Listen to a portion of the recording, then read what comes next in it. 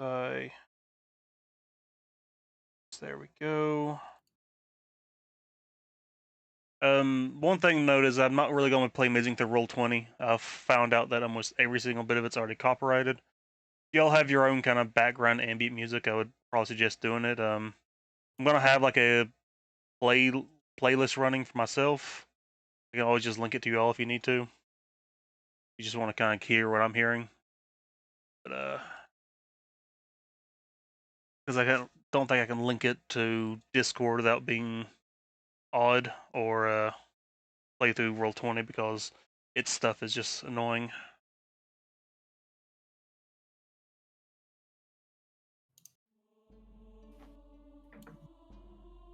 Alrighty, but we should of course start. I'll pull up my page with just simple introductions, I guess. Most of y'all play with me in other games, maybe DMs and things of that nature. We do have 2 new players just from the Roll20 application itself. We're going to use Discord to talk. The no real video needed. So if you're hearing me in Roll20, you can probably just turn off those settings in Roll20. Might help you out a bit. We'll go through the line here in Discord and just kind of introduce ourselves. Of course, I'll start us off. I am the DM, of course. My name is Krim Deal. It's actually Josh Deal, but everyone throughout, even my own family, calls me Krim, so Krim Deal. And we'll move down to the list here. Anthropology, would you like to introduce yourself? Sure. My name is Andrew. Everyone just calls me Mike. If I play in a game with Krim on Saturdays. Both of us are players in the same campaign, and so I was asked to join in here. Yeah, we're going to school on Saturday. It's wonderful. We'll see how that goes. Blip Nooney, how about you? Want to introduce yourself for us? Yeah, what's up, everyone? My name is Julio, and I guess I've been playing for, I don't know, probably a year now or something. I have a couple of campaigns that I completed, and I'm currently in a different campaign. So I was looking at this Rime of the Frost meta, and I'm like, oh man, this sounds so awesome. So I just wanted to, try and participate, and here I am. Alrighty, sounds good. I am going to try to run this as close to the book as I can. Just rule wise, I do plan in the future to try to run this for money, so this is basically my dry run for it. I'm happy we got so many applicants so fast, and there was even more through Discord, people who saw my game running, so it was really painful to narrow it down to you and Static down there, but Oh, you didn't call me Silvertastic. Oh, I'm so happy. Silvertastic. It's Silversteady. You got it right. Yeah. Everyone calls me Silvertastic. I'm like, why? Well, do you want to go and introduce yourself since we're mentioning you? Sure. I'm Silver or Devin, whatever you prefer. I don't really mind. I DM a lot for my friends. I run like 2 games, 2.5-ish for them in my own setting. And I DM a lot. We've been going for like a year and a half in both games, but and I've been playing for a lot longer than that. But always on the DM side, I've only been a player when I like very first started, and I was like, kind of want to be a player again and just drop into a campaign that wasn't gonna last forever. So I was like, it seemed like a perfect place to hop in and play a little bit of D&D. Yeah, Forever DM is a actual thing. It's a very actual thing, yeah. Yeah. All right. Mr. Elf Chess, Jay, you want to introduce yourself? Hello, everybody. My name's Jay. I just finished up a fantastic campaign with Krim and his many wonderful characters. I've been playing D&D forever, and I love it. And I'm looking forward to getting to see a little Icewind Dale. My only experience with Icewind Dale is the very old video game from 3.5. But I'm looking forward to seeing it, what he does with it. I'm gonna try to play it close to some of the material as I can. So there's a lot of nods to the old content stuff. like the crystal spire is like. We'll get into it when we get there. Mr. Joey, want to introduce yourself to us? Sure. Yeah, I'm Joey, and I've been playing D&D for a long time. I don't even know how. I can't even count the years anymore. Been in a game with Crim for at least 2 or 3 years now. For a while. Yeah, it's been a bit. Nothing terribly special about me. I exist. I think I'm human most of the day. I exist. I'm here. I'm present. I live. I generally breathe every day. I try to remember. I try not to forget. Alrighty. Thank you for reminding us. Yeah. Alrighty. Leah, Breathe. you're up next. Hi, I'm Leah, or otherwise known as Leah, and I have been playing D&D for ever, close to 30 years, so a long time. And I just finished playing a campaign with Jay and Krim, which was really fun. And I'm really looking forward to playing this. I also have played the Icewind Dale video game, and I know this is not the same, but I'm really interested to see the world and what's going on in there and What's happened since? what to do. Yeah. For the setting of the game, it is along the Sword Coast, the very far north, the Sword Coast actually.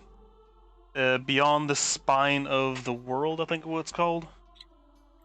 Near Neverwinter and Baldur's Gate and all that up north, but this is much further north than that. I think this is the only location past the spine of the world.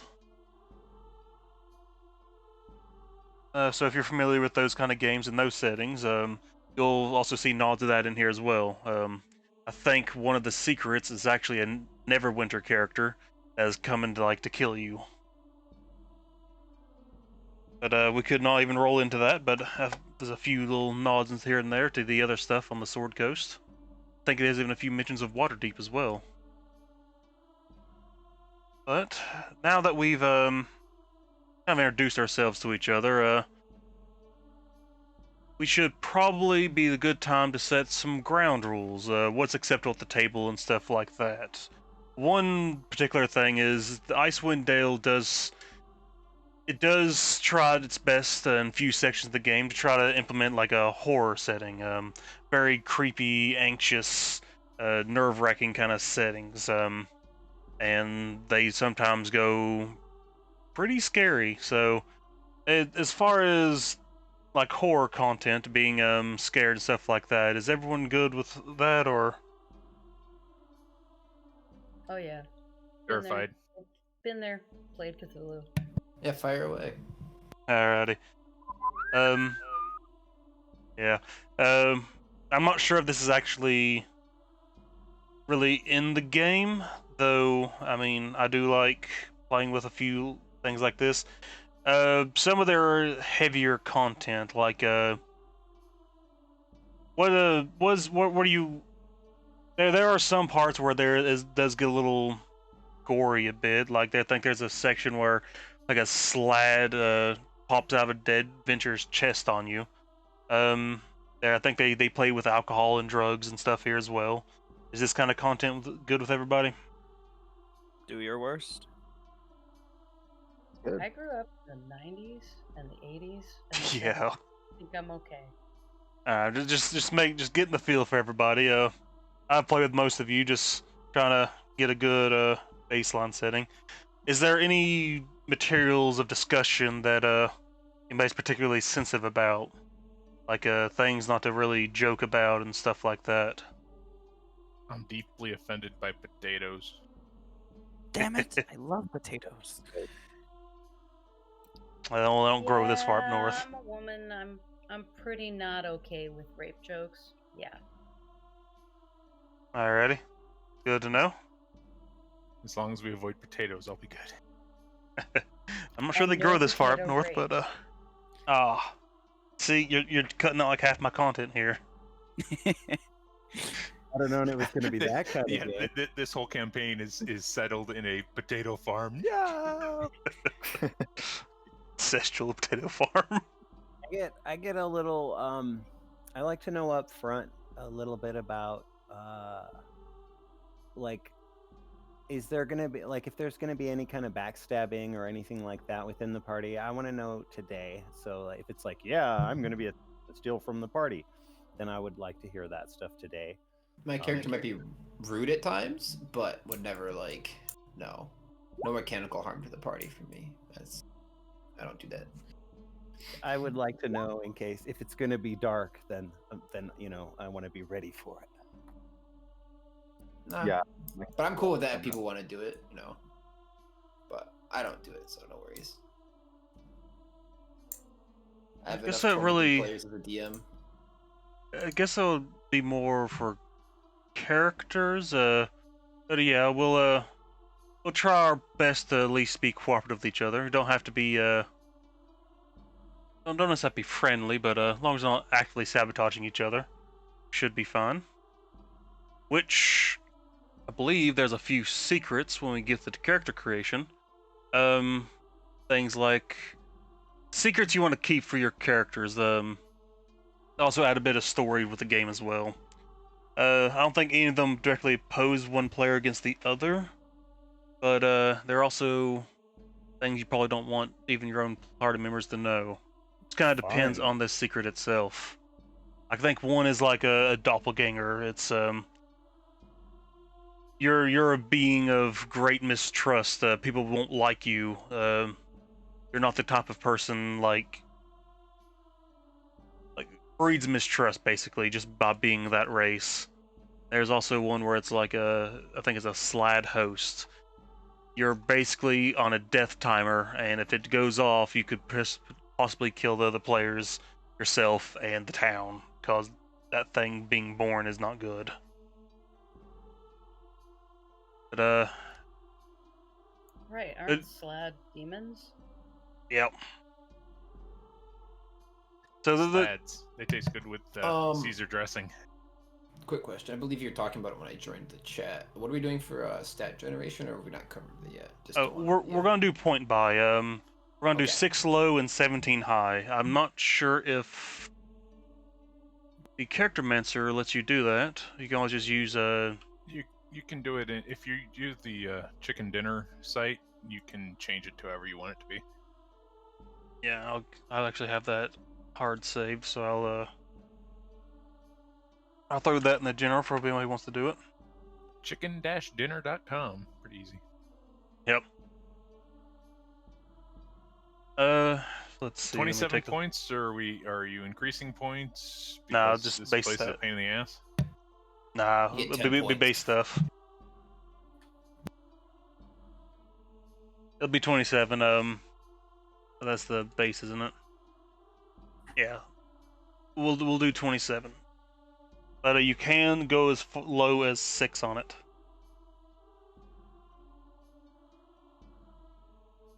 When you do so, you can go on there and on the second tab, it's like increase it to 17 and decrease it to 6. Go back to calculator and let you do that. Which being able to go down to 6 does give you a little bit extra to play with. Let's see. I believe that should be all of that. We should I'll go over some custom rules I've made, in case there's any confusion on it.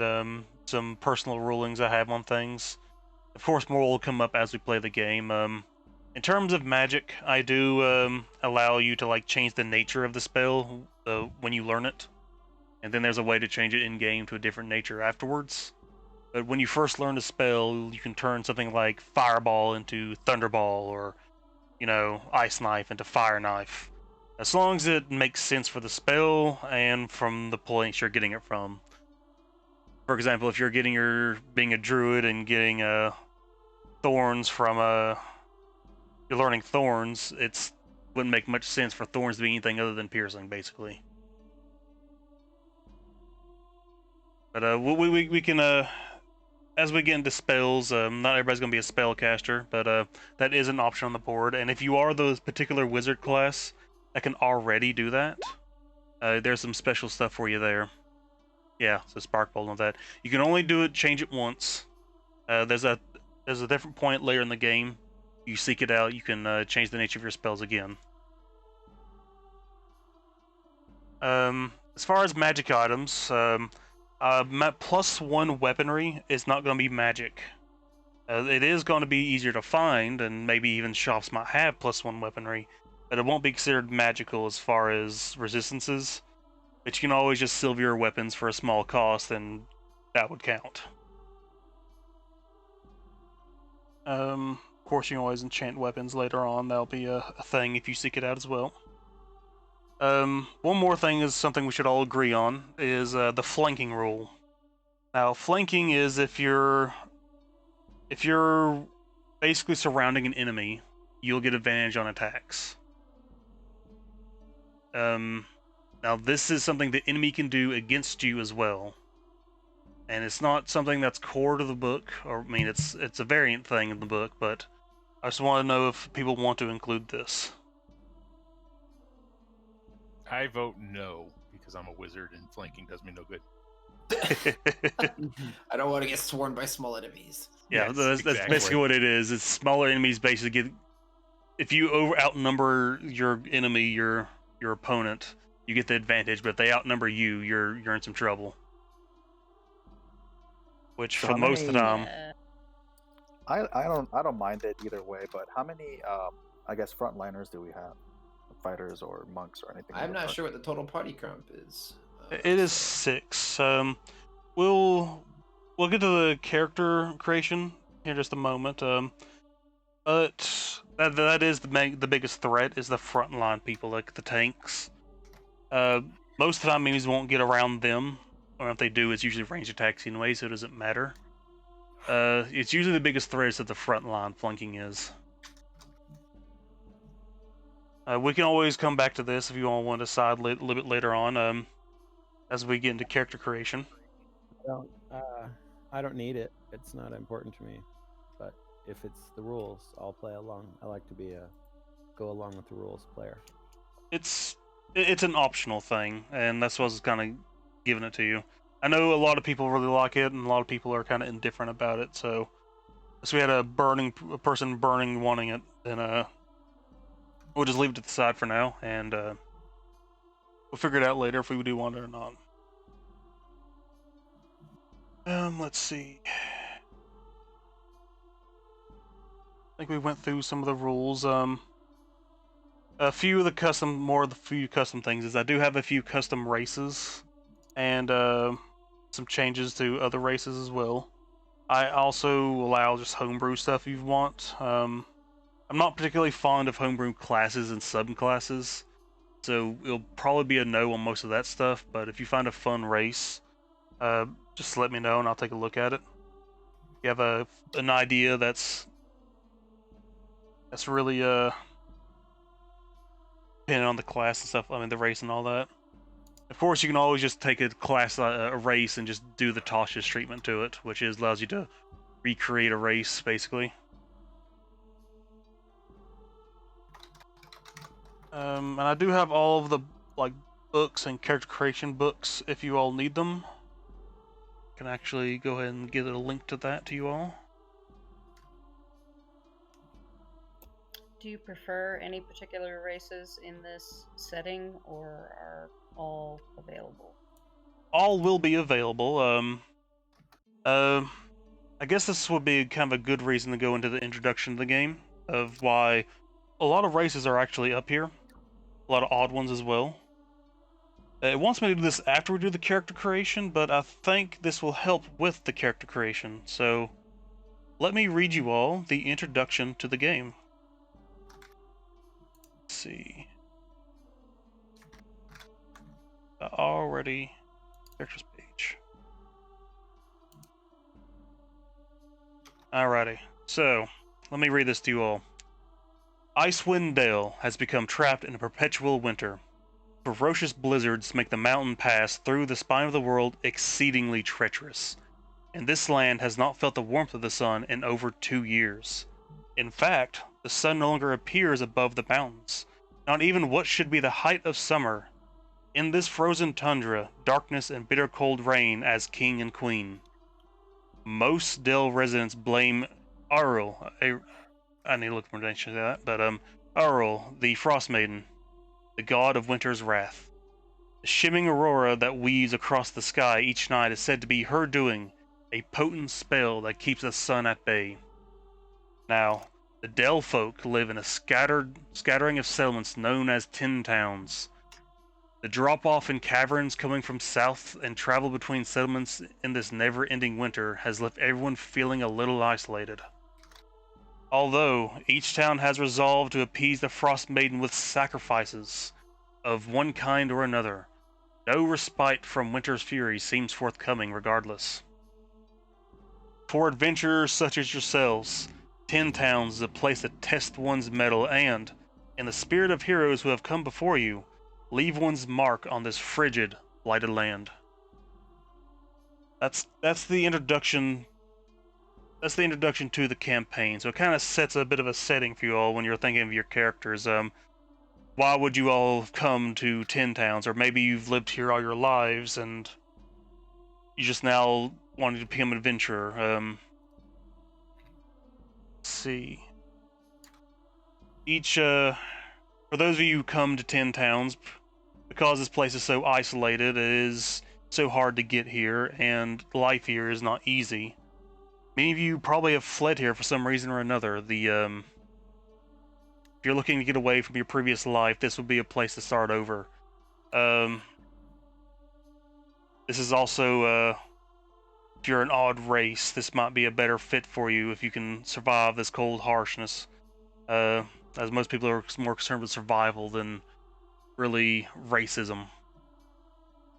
If you're a native to Tin Towns, you've learned that every town has troubles going. Over this last 2 years, things have just been getting progressively worse, and you're finally just now starting to take action. To do something yourself about all of this. This is why I kind of like this cold open a little bit sooner rather than later. As far as classes go, so basically that sets up where you can basically be different characters and different races, especially the odder ones. And as we deal out some of the secrets, which I will give each of you 2, if one of them doesn't fit your character, feel free to discard it and I'll give you a new one. Like one, for example, says a pirate cannibal. If you don't think you would have survived by eating your crewmates even when things got the most rough, when you're about to starve to death, you don't think your character would ever resort to cannibalism, then you can just discard that one. We'll deal you out another one. But that might help out with the character creation a bit and what you how you got here type of thing. Jed always did have a tender nature. Yeah. So pretty much all the classes are a bit useful here. Spellcasters especially are quite useful here. Tin Towns doesn't have many spellcasters. If you're looking for magical healing or magical aid, it'll be hard to find it here. And if you're the one that's bringing it, people might pay for your services. There is actually a town here where pickpocketing is actually legal. So a rogue could have easily been born here and has had a place to kind of call his own. Rangers especially, the Arctic Rangers with the Tundra favored,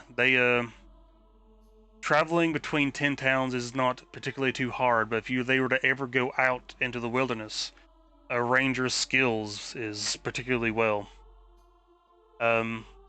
Services of paladin and cleric bringing faith into the world.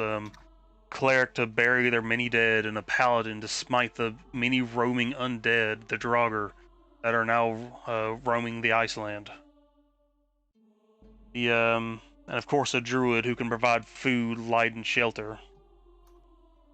A bard to ease the tension, and even the up close fighters and barbarians hunting these creatures, hunting down your prey, hunting down creatures for food is not typically the hard thing to do since there's heavy snow. It's killing it once you find it. So the services of barbarians and fighters are also welcomed here as well. So every class has something to do here, and they're all kind of included a bit. So what with all that kind of just said and the kind of setting kind of set, what we can start to talk about characters. What are you all looking to kind of play? I created a Velkaden wizard who will eventually be a Graviturgy mate. Graviturgy. It's the Graviturgy thing. That's the one from Matt Mercer's book. It's the Wild Mount book. Alright. I don't think I've seen that one. Well, that'll be interesting. Is mage an actual like class? I believe It's wizard. I just said mage because okay. I play World of Warcraft too much. Yeah. So I get them mixed up all the time. Oh no, so I understand. My eyes are the same thing. Well, I haven't seen this before. I'll be interested to see how it plays out, and see if you can survive the first few levels. Probably not. Yeah. That's why everybody else has to be in front, so I don't die in the first few levels. Yeah, wizards are pretty rough to play for the early levels. Yeah. They pop off pretty quickly though. I Where was your character from, Joey? Oh, apologies, didn't mean to speak over your intro. No, you're fine. Go ahead. What was the question? I was just asking if you know where your character's from yet. There. Do you want to share a backstory? I haven't gotten that far yet. Oh, brilliant. Alrighty. That's perfect. Well, when Especially since there's like the backstory cards, I'm kind of waiting Oh, for right. that. Yeah, we gotta do that. Yeah. Well, Anyways, it's your not. intro, sorry. There isn't really backstory cards. It's just that the player handbook backstories have a bit of extra lore about how you kind of fit into the world. The secrets I think is what you're thinking of, I believe. Of course, you can choose your own background. The ones from the player handbook, and I can try to make some other ones fit into those kind of molds if we need to. But basically just have a little bit extra kind of lore and a lifestyle you've led up to this point. It's really depends on if you want to be from here or later. But we'll deal with the backgrounds next. Just kind of see what everybody's thinking about when they're wanting to play. I was wondering if you would be okay with me doing something weird with the artificer class. I kind of want to play an artificer, but instead of like tinkering and stuff like that, kind of have a cook's theme. Like play the once we get to level 3, the alchemist, and instead of like potions and tinkering tools, it's more like food items. Oh, definitely. It's actually in Tosh's book now. It's actually published material. Yeah. Yeah, I never did get you the character creation. I don't think Tosh's. Yeah, there it is. Let me.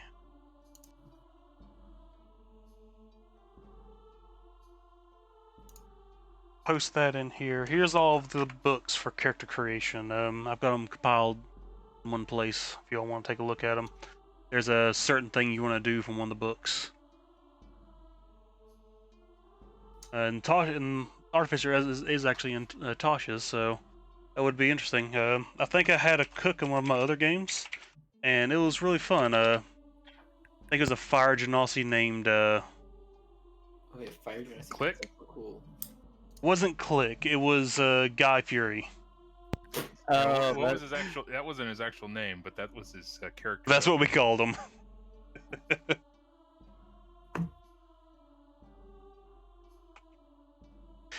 Alrighty. So what was everybody else thinking? We got 2 looks like backliners. I was kind of waiting to see what everyone else was gonna play, like kind of filling in the holes. Alrighty. I was leaning towards like a fighter of some variety, if that helps other people pick if they would like to know what I was gonna lean towards. Alright, so a little undetermined. Leah, Jay, Blip, what are y'all thinking? Well, I was thinking about a paladin or a cleric. If nobody's playing either, I'm happy to play either one. Yeah, for Alrighty. me, I was thinking about doing a fighter or a cleric. So Oh, either one, Well, I would be happy there, to play. there is no harm in having multiples of the same class. It's really more of making sure that we got a good front line to stop the people from beating up on our wizard. Druids are very good in this one also because of all the travel through snow and everything else. Yeah, they have a better time surviving it. Druids, that's what the druids are really good for, surviving things. So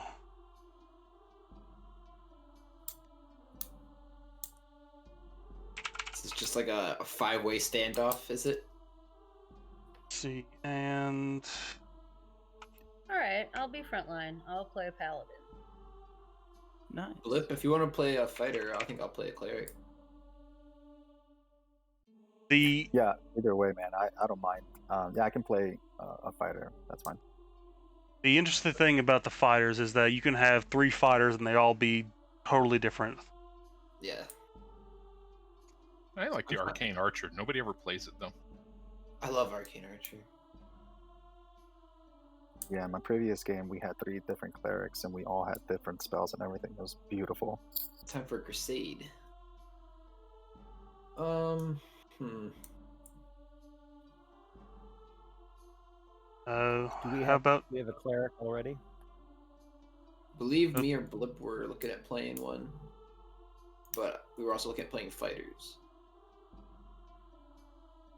I mean, having 2 fighter clerics or fighter and cleric or 2 clerics or 2 fighters, either way, that would be we already got a paladin too.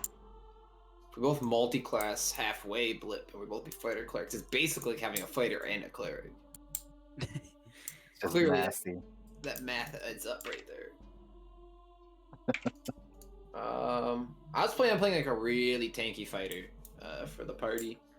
If that helps decide which way you want to lean on things, Blip. Yeah, sure. I can actually play the cleric then. I'm Okay. thinking of a specific cleric class anyway, so. All right, if that's more what you were leaning towards, and I was leaning more towards fighter, then maybe we'll be happier that way. Beautiful. Wonderful. Sounds like a plan, Stan. Alright, so we have ourselves a wizard, an artificer, a cleric, a paladin, and a fighter. That pretty much leaves you, Jay, to make whatever you want, honestly.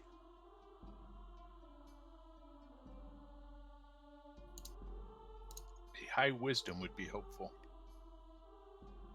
Oh yeah, if you're looking to fill a gap, a wisdom class, rangers, druids, monks all typically have higher wisdoms. Certain fighters use wisdom as their kind of thing. Balancer. Yeah, my wisdom isn't. Whew. It's not good. Mine's positive. I Yeah, can't. it's Than my positive. strength of -2.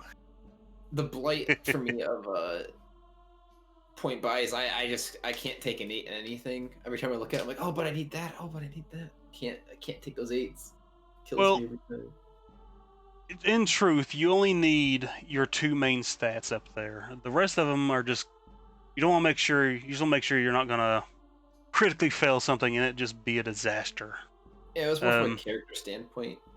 That's Yeah. definitely how I like to make a lot of characters too. Is based off of Yeah, that's the only way I can get through point buys. I'm just like, okay, how's this character make sense? Because trying to like play it out mechanically, I just get stuck. Alright, so Jay, you're there. You should be above Joey.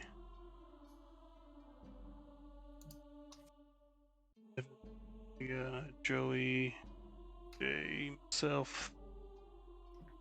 Alrighty. Let's just say Faraday always skips arm day and leg day and cardio day and every other day.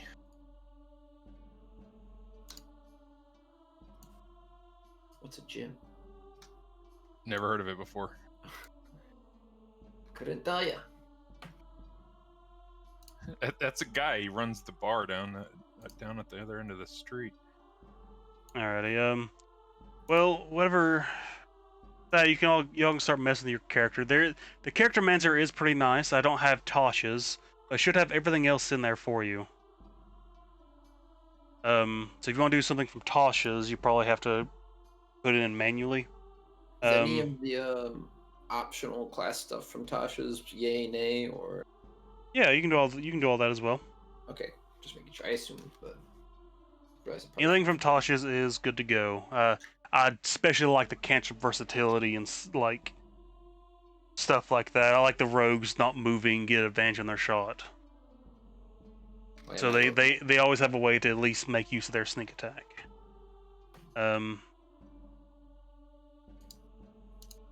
But I guess we could move on. I was just looking at the character mancer, and I wasn't able to find anything other than life domain for the cleric. Do I have an extra slot? You want to share compendiums with games you're in? Only ones your DM. Well, you won't have a subclass yet, will you? Clerics get their subclass at level 1. Yeah. The one. Yeah. Alrighty. Oh, I can't share my content. So Do we have two clerics then? we have one. I am perfectly fine with having more people that could keep us from dying. So one cleric and one tanky fighter. I'm a tanky fighter. Hell yeah. I plan on going And a a bit paladin. more. I plan on going a bit more of the healing and stat buff kind of the route as well. So Yeah, so we have a fighter, a cleric, which can be on the front lines, though their health pool it can be tanky. And we also have a paladin as well. So we Maybe have I 3 should go- frontliners. Maybe I should go some kind of a damage. Either barbarian or I guess ranger might be pretty okay. It's not super good DPS, but Rangers can be ridiculous if you build them right. Or- yeah, I was thinking that's wisdom and DPS. There's also the monk as well, if you're looking for damage and wisdom. The ranger and monk are both damage damage wisdom. I Good. guess I'll go ranger. I say we also don't have we only really have the one wizard that's a heavy spellcaster. There's the cleric, but the artificer's there too. Never mind. Ignore me. If you do Artificer's only half. If you do use the ranger, I would probably use the revised one. I'm not sure if they actually made that official yet or not. Have they?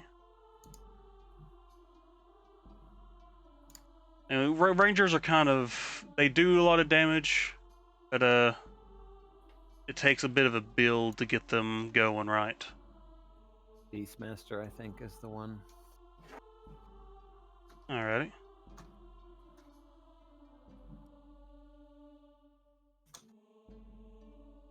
I think if you should be same for everybody. If you go to the compendium up on the Roll20, type in your class, and it'll tell you all available subclasses. But for now, you're all level 1. I think only the cleric gets anything to do with their subclass at level 1, isn't it? sorcerers should get their sorceress origin as well, but we don't have any.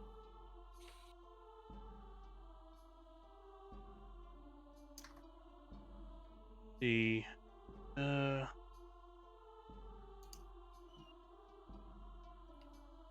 yeah, you get your divine domain at level 1. Cleric does. Knowledge, life, light, nature. There's the base.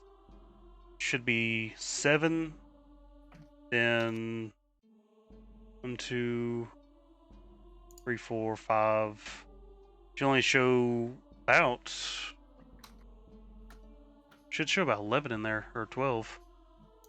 So I won't show the Toshes. Out of the way. So, what was you thinking about doing, Jay?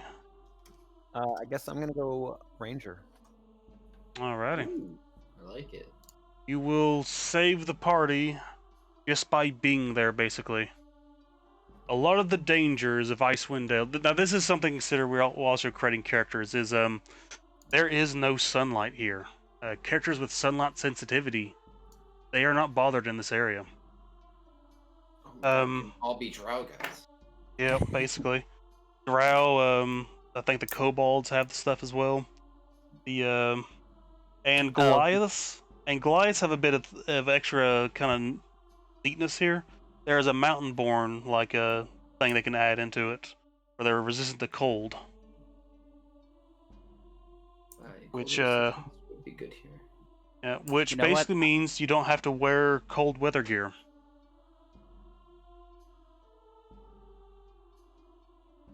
What was you saying, Anthro? Oh, I was thinking, you know what? That makes me want to play a kobold so much more. I was gonna play a human, but no, I'm gonna stick with human. I think we'll decide by the time I finish my character. Oh, we do have a few extra things I can sort of deal out to help out with the character creation, especially with backgrounds and things like that. I don't expect you all to have your backgrounds completed. I mean, today just kind of a work in progress type of thing. You don't really have to go do too detailed in your background either. One thing to mention is that you all are level 1, so having this grizzled war veteran doesn't really make a lot of sense if you're a level 1 character. So I'm not going to limit you all in any way. Do what you want. Go as crazy as you want. I'll be willing to play with whatever you all decide to come up for with your characters.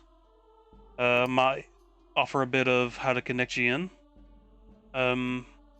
But the basic player handbook backgrounds, if you use them as you're starting, they kind of offer a lifestyles, kind of what you've been doing in the Dale. So at this point, I want to kind of deal out the secrets for you all. And I'm not sure if I can see the ones you have after I deal them, but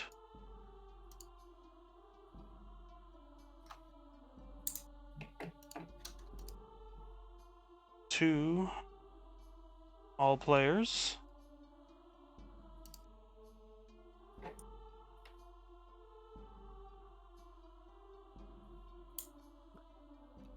So I can't see them. So if Looks I'm like you from only here, got one. Is Arctic? Is that what you want? Is that what I should be doing here? When you choose your favorite terrain and stuff like that, Arctic is probably the thing you want to choose. Tundra, basically. As far as your favorite enemies, we do deal a lot with undead, we do a lot with beasts, and surprisingly enough, later on in the story, constructs. I'm not sure where the constructs come into play, I haven't read that far ahead, but apparently they do make some sort of, they do eventually become a major enemy, I think. Just that creature type. Hold on, let me, What to pick? that's not right.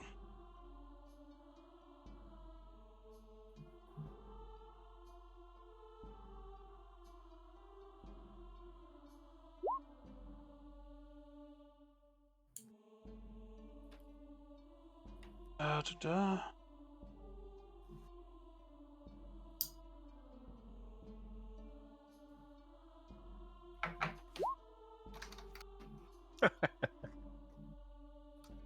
Nothing like doing 0 damage by hitting somebody with a stick. I did not deal them out right. Figure this out. There we go. I haven't had to deal with the dealing system yet. I inadvertently dealt them to myself. There we go.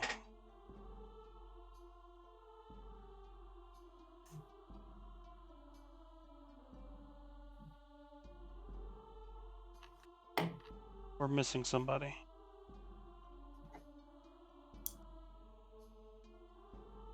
Yeah, Anthro, Joey, H. Devin got some too. Okay. So there are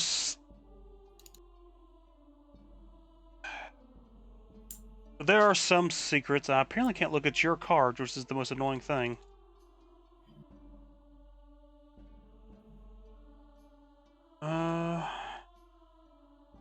It says I can't be this one because of the prerequisite. I don't know what I'm doing. Annoying. What the fuck? Oh, that's a lot. That's a lot to take in.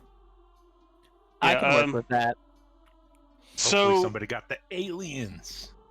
yeah, so there are a few just kind of that probably wouldn't make sense. If they do, just I think there's a way you can send it back to the deck, and I'll just delete. Actually, I'll just delete another one, Joey. How about that?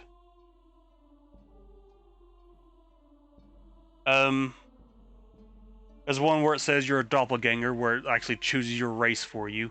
If you don't want to be that race, just Could get rid of it. I? I'm not gonna send back one of mine simply because they don't play nice together, and I'd like to get some that have better. And somehow Mavis got 5 cards. Mavis, you're super special. Yeah, I didn't know what was going on.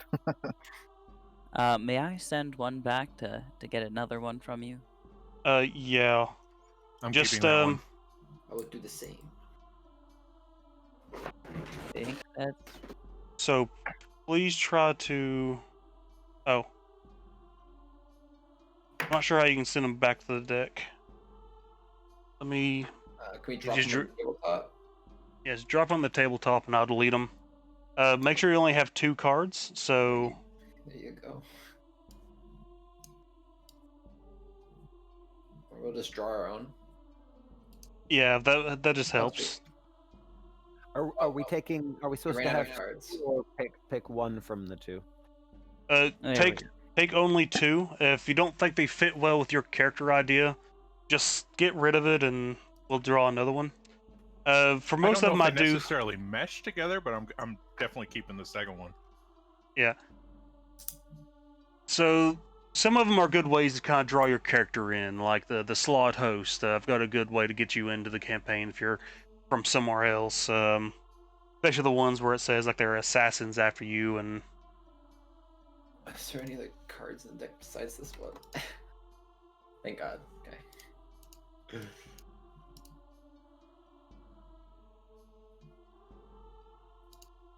That would not work either. That card is definitely the best one in the whole game ever. Some of these are out there. Holy moly. Okay, I'm down for that. I can work with those. They don't really mean a whole lot. Most of them are just kind of extra things to your characters. Like the one where you're like the alien one. It actually gives you a tie-in to a quest in chapter 2. I'd say some of these are pretty formative. Yeah. Some of them just say you have assassins. So later in the game, you'll be dealing with assassins, and other ones. Let's just take a look at them again.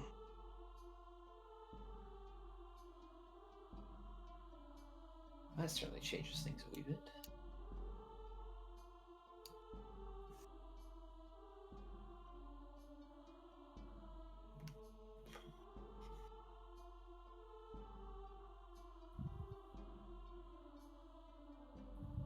Gonna try one more. That doesn't fit very nicely.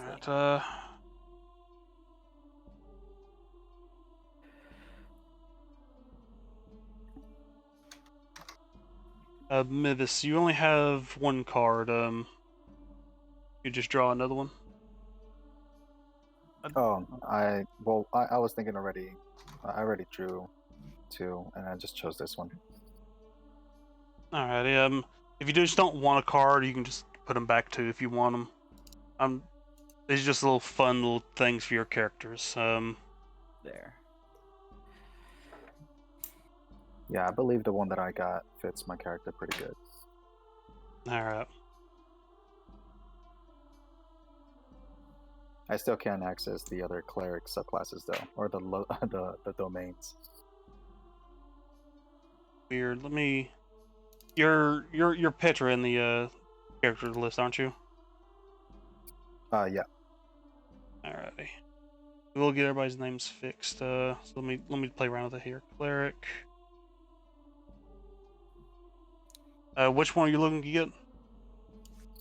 The light, because we need some sunlight. I love light clerics. I'll die for a light cleric. Hands down. That should have you slit now. There was a thing further on down choosing your divine domain. I've got light selected now. Do you see it? Is everything updated on your sheet now? Alright, hold on, let's see. If I could get you all to do me a favor and whisper me what your 2 cards are in the Roll20 game. So just hit /W DM, then just type in your 2 cards. Would it be alright to send you a picture on Discord? Uh, Or do if you prefer- want. You can just send me a message on Discord. Just tell me what both of them are. Oh, is just the name help? Yeah, just the name. Okay, I was gonna say, you want me to type out the whole? So wait, how is it that we send this? /W? You can sit and Roll20 by hitting /W. Mine, just type in DM, and just type it in. Or you can just send to me a message to Roll20, whichever's easier. One thing to note is I will be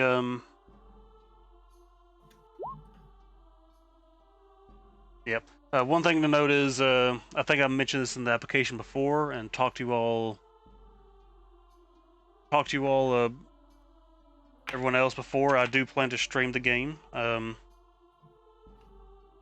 We do as much in Roll20 as we can. It would kind of help out the recording, but it's not necessary. The Hi, Mom. Yeah, the recording is basically just for other players of games I've played with who want to watch. Check out the recording, see what we're doing, and things like that. I'm in no way means anywhere popular, so you don't have to worry about anything like that. I say it's mainly just actually PewDiePie. Oh yeah. Actually, I had him follow me on Tumblr for a while. Let's see. Big flex. Think that will whisper correctly. Yes, it did. Okay. I always get incredibly paranoid when I attempt It's to gonna whisper. send it to everyone? Yeah. Yeah. That combination. Should we mind our carry weight? Yeah. It's God, pretty. I hope not. It's pretty basic. Yeah, we're doing carry weight. As long as it doesn't say in your character you're overweight, you'll be fine. It's 5 times your strength score, right? It's For more your than base that. score. On these character sheets, I could calculate it for you, so you don't have to worry too much. I might You put total too weight, but I need to know my encumbered. Oh no, we're just doing total weight, not encumbered. Sorry. Yep. Because encumbrance okay. is a dumb rule that I don't really like. Oh man, I Luckily, It would make more sense for a survival type game, which this kinda is, but I think it's an unnecessary burden for everybody. I only think it's worthwhile if you're doing it like I have it done automatically in my game. Otherwise, it's too much to have, too much bookkeeping. Yeah. Da-da-da. Okay, I think that's all set. Those are all got their values. Oh. Sorry. Oh. Of course, these are supposed to be like character secrets. They all have their own like kind of flaws. Maybe not everybody's too keen on knowing that an assassin is after you, or maybe that you're able to talk to. Maybe you're an escaped prisoner or something. They're like, oh wait, that's not right. That or you're able to, character. yeah, that or you're able to talk with the wildlife because then they think you're somehow in tune with Ariel herself. One of her agents, which is not really a good thing. Background. Do you You're have actually a a crag preference cat. what equipment or packs we take? No, you can. Well, there's one already kind of, I think, attached to your background, isn't there? No, it's with your class. It's with your class. Yeah. So there's starting equipment in your class. You can also add into all of your equipments. You'll be starting with cold weather gear, because it wouldn't make sense for you to be this far up here without it. Sounds rather important. Yeah, basically, cold weather gear is temperature in the Icewind Dale typically is somewhere around -50. Ooh. Without your cold weather gear, which is you are bundled up basically. Without your cold weather gear, spending an hour out in the cold will start to have disastrous effects on your health. In terms of D&D exhaustion and stuff like that, you do get to resist the effects of the cold.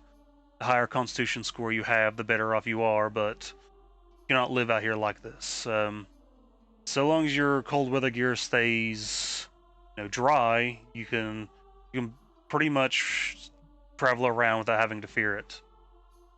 The dry part is significant because there are where you can fall into ice and thin water. Additionally, creatures with cold resistance starting out don't have to wear cold weather gear. Though, if it's a person who doesn't have cold weather gear, it is they pretty much suspect you to be an agent of Ariel, who are not good people. So at the same time, it's really nice. People might be suspicious of you.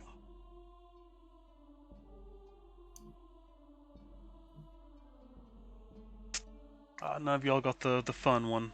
Oh well.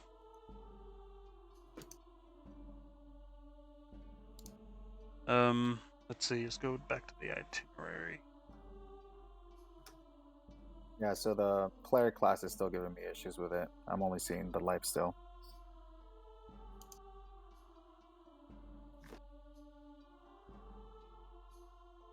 Oh, let's see. That's odd. It should have everything unlocked already. Let me Is that your character name Mivis in there? Yeah. Scroll down. Oh, you don't have class. You don't have a class selected. So let's see. Cleric. We'll scroll down. Choose light. You get 2 proficiencies. You know what they're going to be? I'll just get you past this page. I'll keep watching the page, and if you want to keep filling it out. Yeah, because I can't even see anything like that, so that's confusing. Your character is Mivis, right? That's right. So we'll go. It says I've moved it around. Are you seeing me move the pages back and forth? There we go. Nope. New equipment I'm carrying. You may need just to fill it out manually. Let's just do that. Luckily, we can I think I have the mechanics of my stuff set up. we can just drag and drop into here what we need. I'll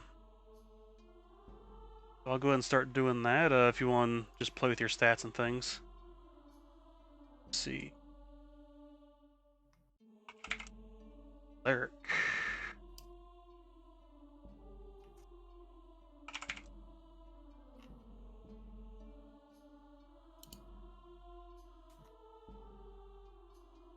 Level 1, you get spellcasting in your divine domain.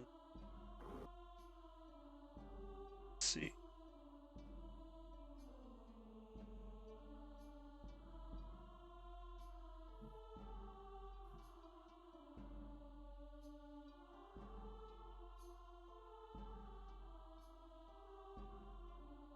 You shouldn't need to be on this page for anything. There shouldn't be anything on here you need to do.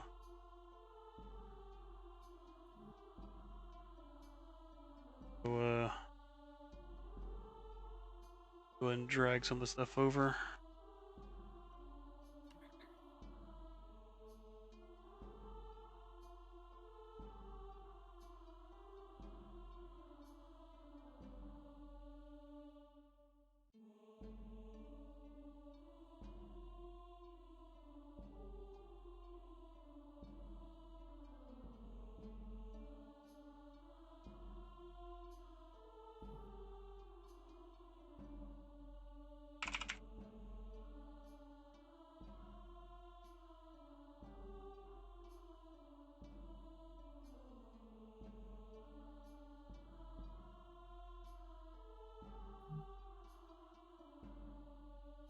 Let me just go through the...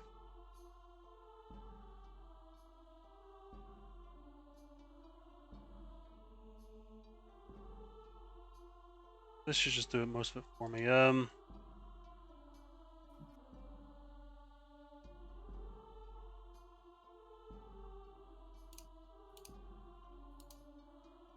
What, weird, I've never had the character mancer mess up on the map before. Let me just... You haven't done anything real work on this sheet yet, have you? No. Alright, let me just get you a new sheet. Maybe that will be 6.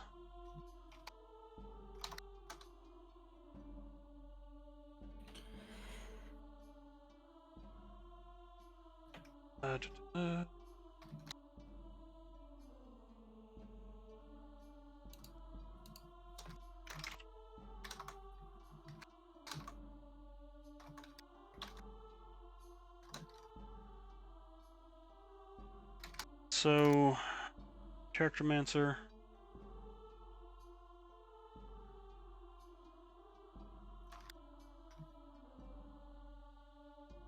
Alright, try with that new one.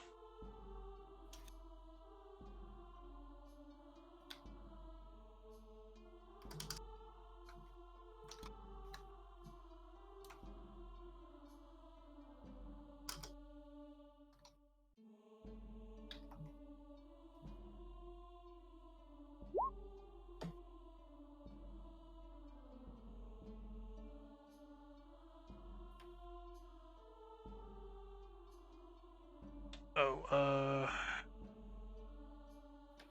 No rush.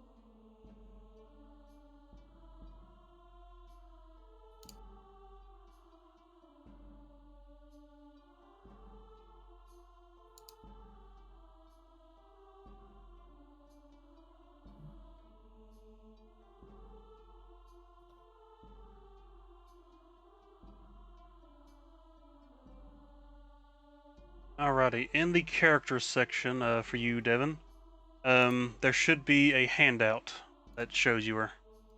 Thank you.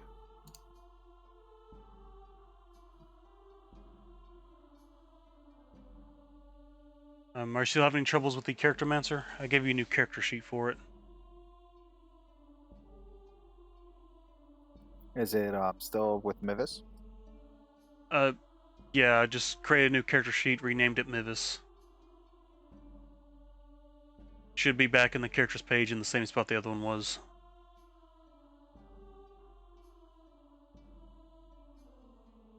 All right, I'm gonna go ahead and just exit out and then just launch it again and see if it looks different.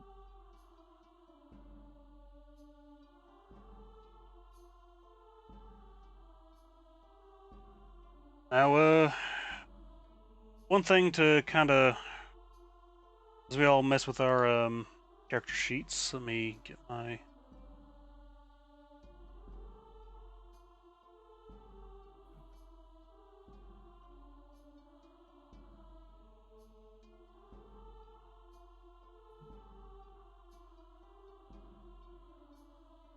I should relaunch my Icewind as well. Thankfully, my tabs are starting to mess up a bit. Hold up, make sure I'm not missing anything.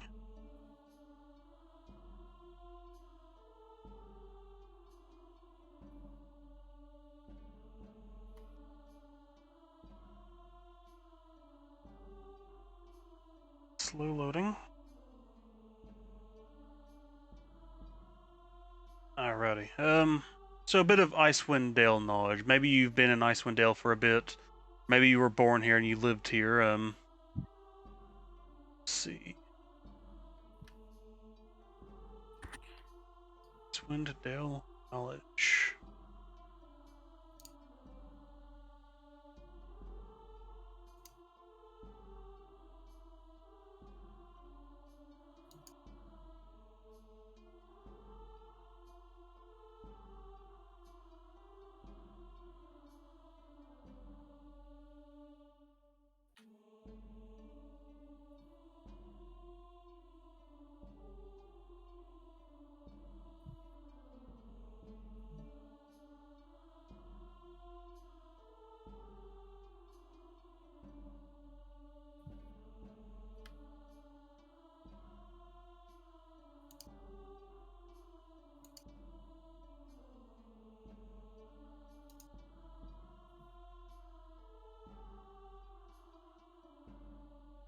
Can't find the little tab it's on.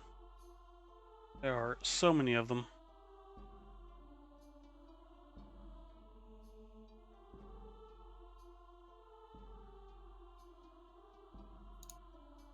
But normally I plan to run the games for 3 hours, so we've already done an hour now, so we're 2 hours, we'll call it, or if we finish up early, we can also run you through the first part of the campaign, maybe even run you through kind of a mock thing you could use to roll 20, whatever we need to do. Let's see. None of that is needed.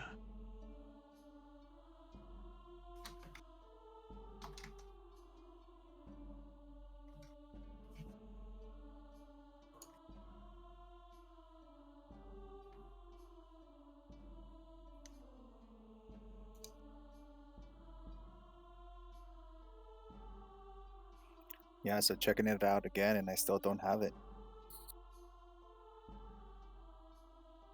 Are any of y'all having more troubles with, can you all see the extra content and all that? It's hard for me to tell because I own a lot of the content and Roll20, so I can just see it. So I can't say. Well, it won't let you see it in this game here, which is the unfortunate part. Are you sure? Well, I'm seeing it just fine then. Yeah. It doesn't go cross-game, unfortunately. That is... Like, if you're a demon of the game and you own a lot of the content, it won't pop up here. Alright. Maybe it might have compendium for you, but... Like, it's just like... everything I've needed so far, including the Tasha stuff, so... Well, looking you're at saying- spells that I know are not just part of the base SRD, it is not showing up in spells if you pull that up.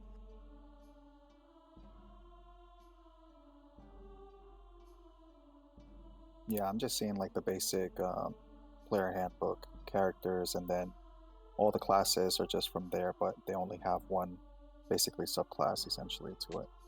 I would recommend just copy it. I mean, if you have it available, or just write the summary of it for whatever you need to do, rather than spending 3 hours trying to figure out how to make Roll20 work. because roll 20 sucks. Well, It's 20. great, but it sucks at the same Jeez. time. I see late. Oh, that's what it is. Damn it. Alright, let me go through here and get all of this selected. Alright, so it didn't automatically port my stuff over. Refresh and see if that does it. My compendium wasn't sharing with you all. Working. Maybe I have to save this part. Save changes. Processing. Save successfully. I'm not sure why that's... It is now in there. I can now see Catapult as a spell. Okay. So everybody refresh if you're having trouble with character creation, and that should have it updated now. I would have thought when I put the module in, it would go off my account. It just doesn't. There will be a few hiccups and stuff like that. I'll try to think ahead on a lot of this stuff, because I don't want us to be bogged down by looking up rulings and stuff like that. I like to keep a good flow of things. That being said, if I think I mess up a roll, feel free to call me out on it. I said I've been a DM for a while, been a player for a lot long, but I still mess up on stuff. So feel free to call me out on things. I try to keep things close to the book, or close to the rules. We may just rule something one way and then look into it later. Kind of a for now type of thing. Alright, but if you all have refreshed, all the character options should be there now. Yeah, I see it. Awesome, thanks. Okay. So that was a bit weird. Like, I didn't spend this money for nothing. Alright.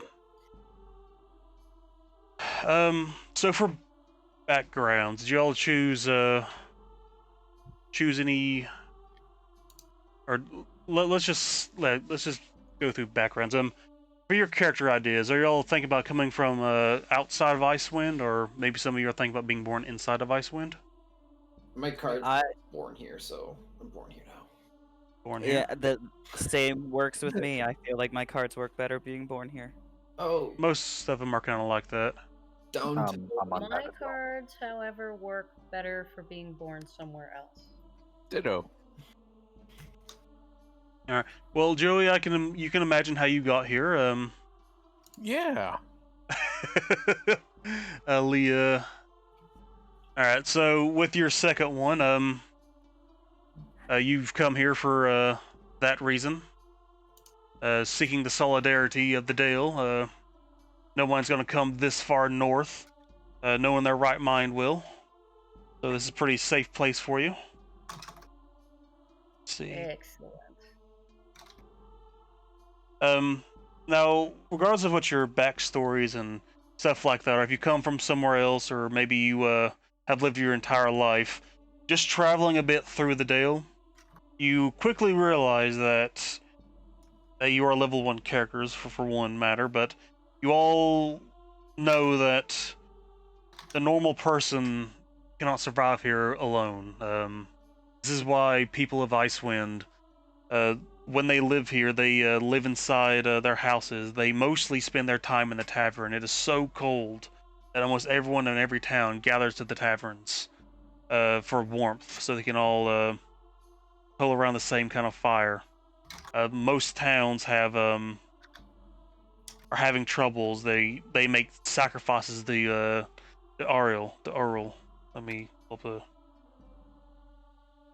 Ariel, whatever. Some of them might be warmth, where they turn off all of their lights and heaters and warmth for a day. Others sacrifice food. They have plenty of food, so they sacrifice it. And yes, a few towns actually sacrifice people. Usually the bigger towns who have an overabundance of population will do a lottery and sacrifice people. But a lot of people spend their times in the taverns, all huddled together for warmth in this kind of never-ending night. Even in the best of days, you only have about 4 hours of twilight. There is no daylight. It is always dark. And during these 4 hours of twilight, it is all dim light. This is when people will travel and move around, try to do things. Because life out on the Dale when it's dark is very dangerous. There are many creatures, many awakened creatures actually, who are smart enough to hunt people when they're at their most vulnerable. So traveling around at night is not really a good idea, as they all look for their opportunity to strike. Let's see.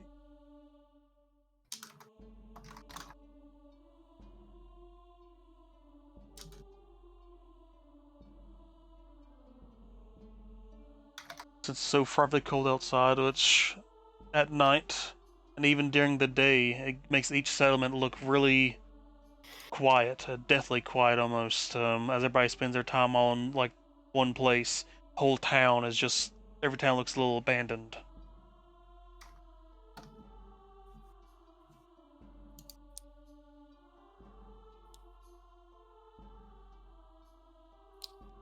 Most people burn wood if they're close to the loggings. Other people burn that are close to the lakes burn whale oil. And other ones just have to deal without. As the caravans don't really travel around anymore, trade is very limited. No one wants to come up this north.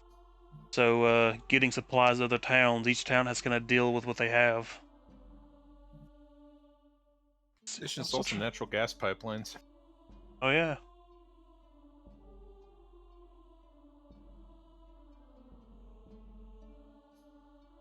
Those of you who are residents of 10 towns, you've spent some time there and you know the important residents, such as the speaker of each town, as well as information of each town, kind of in a nutshell. And you also know the names of the four tribes of the Ragged Nomads. And they are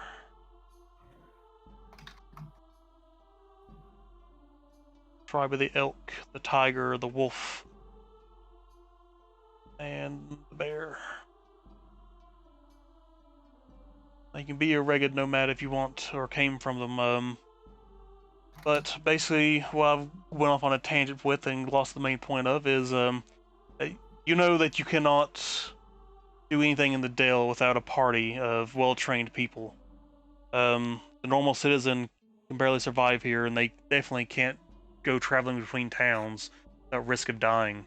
If you want to become an adventurer, if you want to help the Dale or accomplish your goal here in the Dale, you will need help. You're not strong enough to survive it on your own. This is kind of where I want to bring us to next. Is the Icewind Dale expects everybody to kind of know each other, kind of partied up already. You all have met each other and realize that you need each other's help to do what you need to accomplish your goals. Of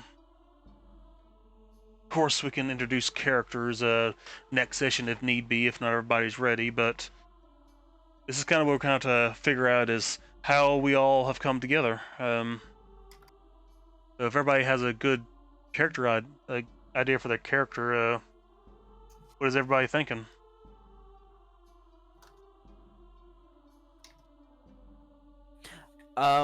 We could. I know it's a little cliche, but we could have met in one of the taverns, given that they're the big central hubs of each of these towns. Those that came here for a reason, kind of we all stumbled into the same tavern, realized that we needed people, and then just said, "Hey, you know." Yeah, my character go be from actively there. hunting for people for something. So My character would have worked in a tavern, so that would have been an easy way to bump into anybody. yeah. Oh yeah. I do plan to because of how the quests and everything kind of string together. I like to start us all off in East Haven. So this is probably where we'll do the meetup in the tavern. East Haven is particularly interesting, especially those who kind of have a general idea of the towns. East Haven is a little peculiar that this is the town where pickpocketing is legal. you will see signposts everywhere stating, "Watch your pouches." Let me pull up the East Haven thing. It is one of the bigger settlements, so people meeting and gathering here would be, I think it's got the 3rd highest population. So this would be a good meeting point rather than some off, kind of off place. Those of you who spent some time here know that the ferry service has discontinued. The lake has frozen over, and there just isn't enough travel, cutting them off from 2 of the towns.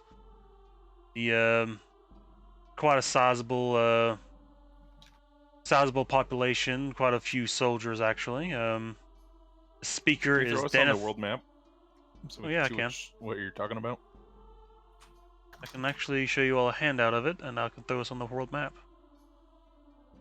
So let me give you all the handout.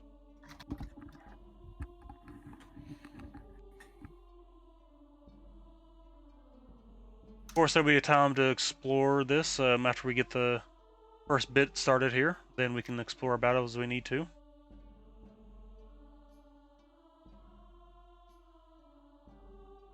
I showed you all a handout, and I've brought you to the map.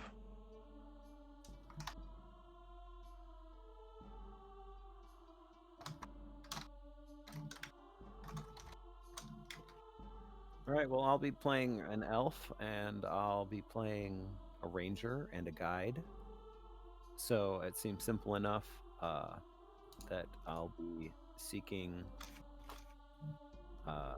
groups of adventurers that need that sort of thing. So I would be looking throughout East Haven for groups.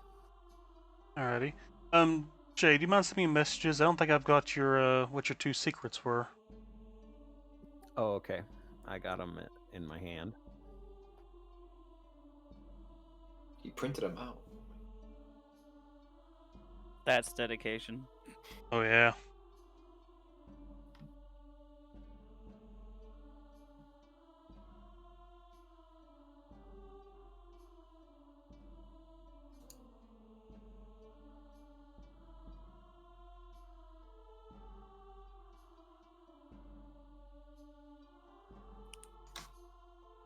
You can either use the Roll20, just hit /W space DM, and just tell me the names of them. Or you can send me a message in Discord, whichever's easier.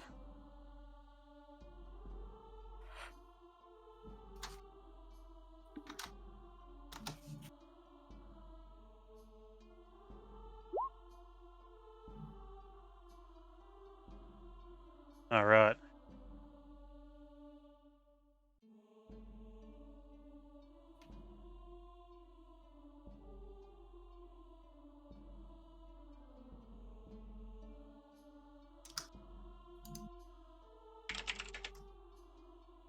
Guess you got some of the more interesting ones. Let me drag you down into our another chat, and let me talk to you for a second for those. So all of y'all behave.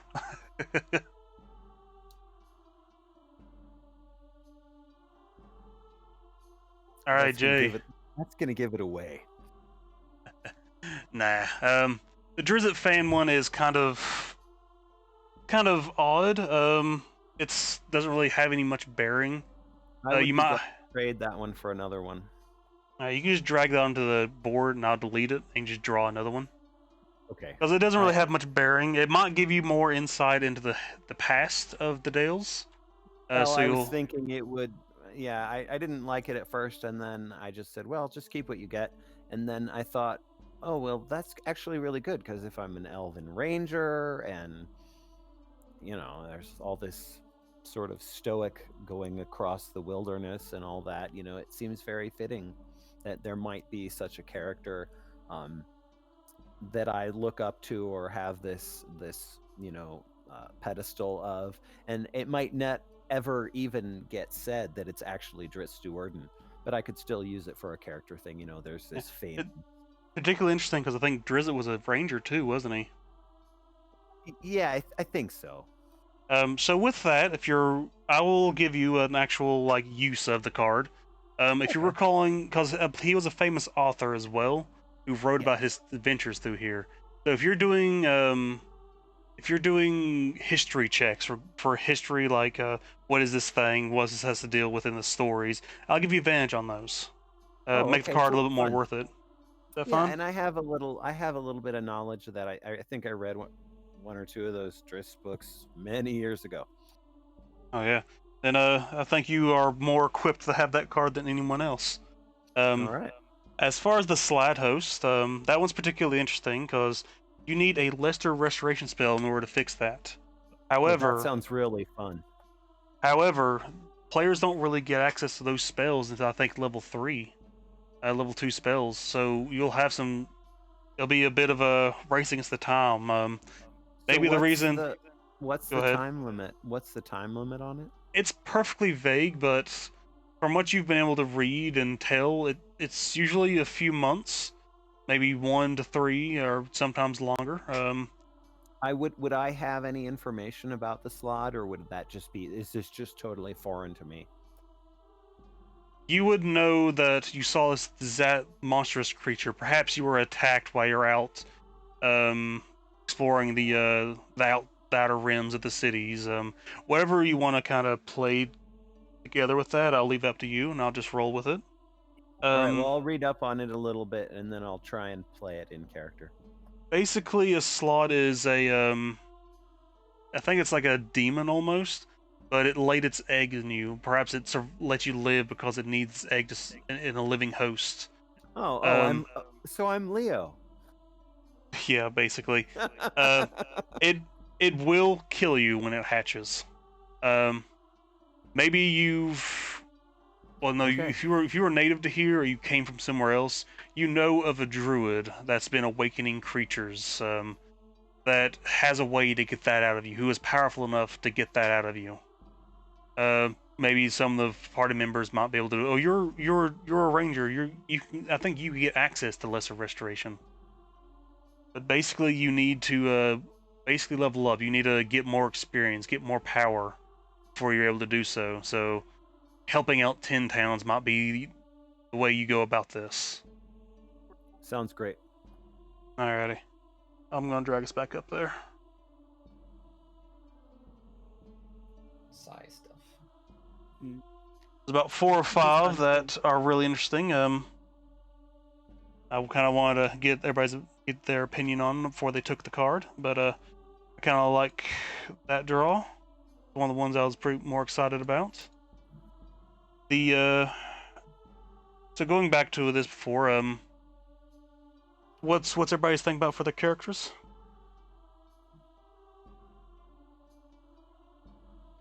Because we got to find a way to kind of bring everyone together. I think we're gonna meet in East Haven.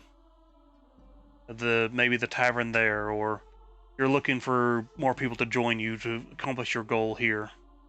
All right. Well, I'll be definitely looking for travelers who are willing to pay for a guide, and if they're or an adventuring party that is willing to quest. A local recently departed from the guard looking for people, competent people. I have traveled here from far away, and I am looking to settle down in a place where nobody knows me. And these secrets, you're free to share them with each other. But again, like each one has their own things. Maybe people won't take too kindly to knowing that. Not a first date topic kind of thing.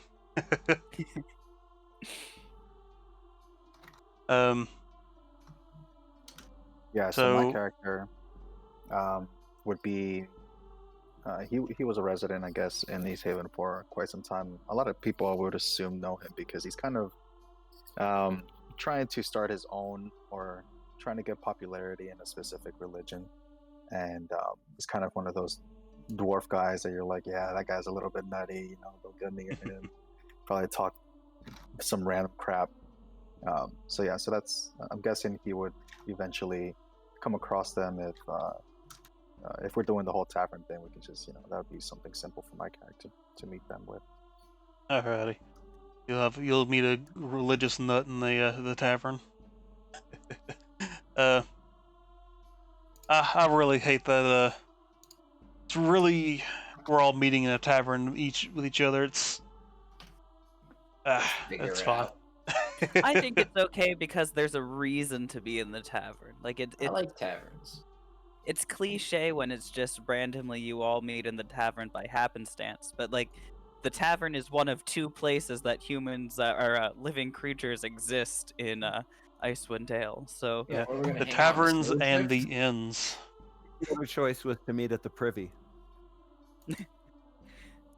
It's especially since no one really hangs out in the streets of the cities anymore because, I mean, they'd rather be inside where it's warm. My presence I'm a brass dragonborn, so my presence is probably pretty wanted because I have those internal fires.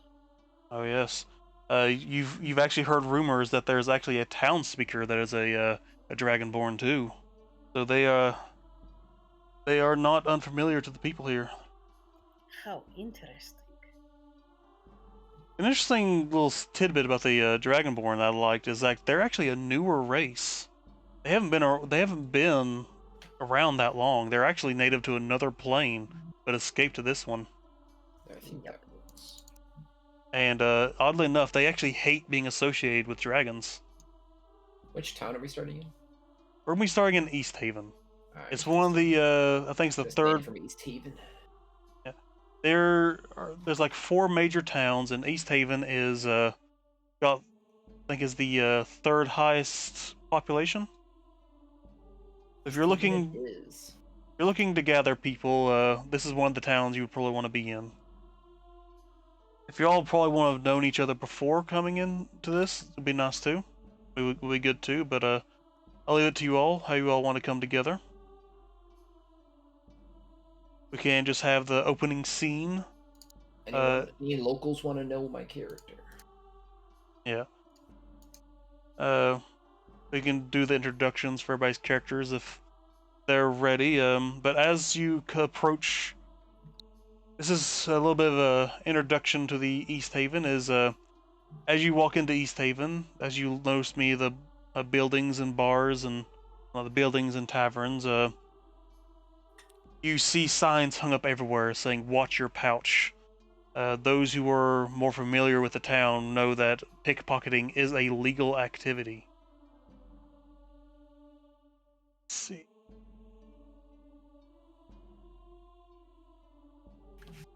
And the tavern here is a little interesting. It is called the Wet Trout. It is close to the docks. Actually it's right next to it. It has a bit of a fishy smell, as it's close to the docks, the pier, and all of that. A lot of fishermen stop in here. This is one of the biggest taverns at the town. I think it's the only tavern. The other option, that they offer no room and board. The other option is the White Lady Inn. For those of you who have come in here, this is probably where you'll be staying. But we're just going to assume everybody's kind of came into town around the same time throughout the day. And we'll be meeting about halfway through the day in East Haven. I'm almost set up, I think.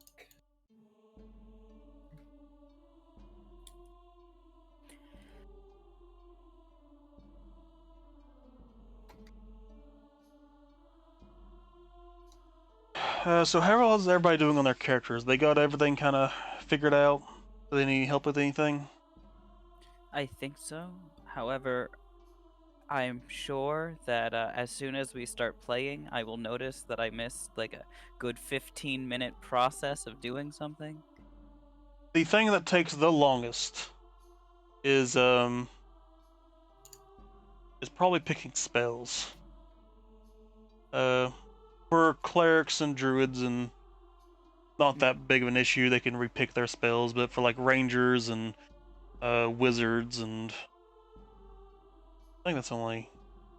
Yeah, Rangers and Wizards. I think in Artificers too, they don't get to relearn their spells. Let's see. That's right. You just have to buy them for a wizard. Buy them or learn them or find them somewhere. And even then, you find them somewhere, it still costs gold to copy them down. That's why With legal. equipment, are we just doing all just class equipment, or are we doing a buy-in, or? Class equipment. We'll do class equipment. You can add cold weather gear into your character sheet. And you also get equipment from the background too. I'm not sure how familiar you are with Roll20. If you have your character sheet pulled open, not in like its own window, but like in the game, you can go to the compendium, the little eye icon in the very top right corner. Mouse over, it'll like come up compendium. Type in the item you want to add and just drag it into your character sheet, and it'll auto add in everything for you. Yeah, that's what I was thinking too, to just add a couple things. What I did want to, I guess, adjust with my character in particular is just the type of weapon, even though it's not going to affect it that much because I don't see him actually using a weapon often. But I was just thinking about choosing a different type in general rather than the mace or the warhammer that's available. What were you thinking?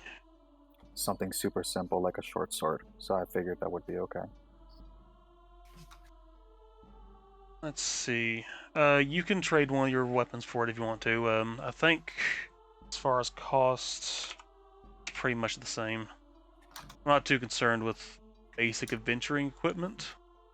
It makes more sense for your character to have a sword or something. That might be good. Bludgeoning, the mace, might come in handy. A lot of creatures made of ice don't handle being smashed too well. I have a question for you.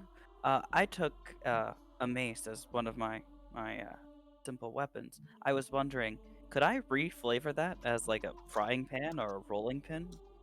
Would you Sure. care?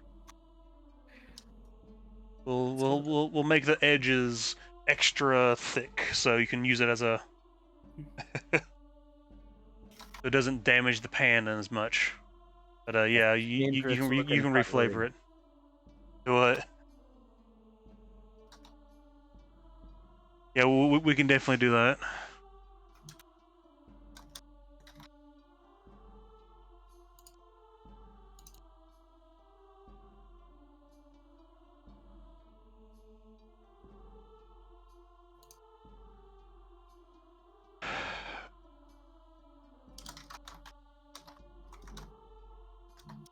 Alrighty, are those all your character names? Patent pending. Mhm. Alright, so I want to try to link up the names a bit. Let me...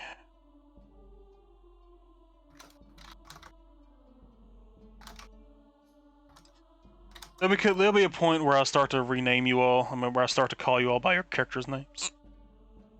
Kind of like what Joey has done with his name. If you could put beside your name your character's name in Discord, that would be fantastic.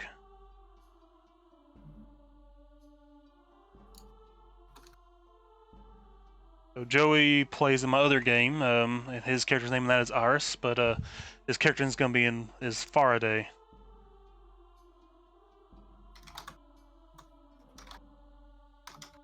Makes my name really complicated in Discord.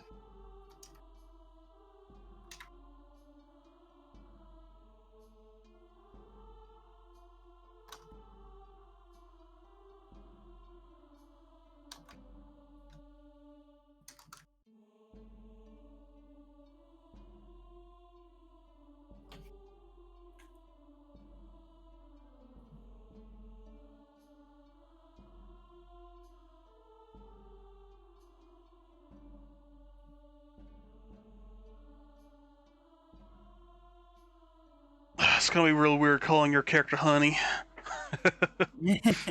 uh, if it makes it feel any better, I am playing a female character, so I think with voice and role playing, it will feel a bit more natural.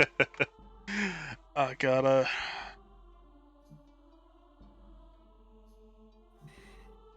I just have a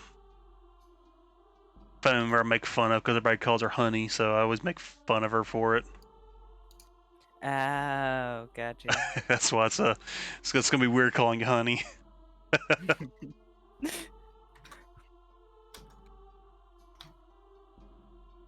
We've got Mr. Rune.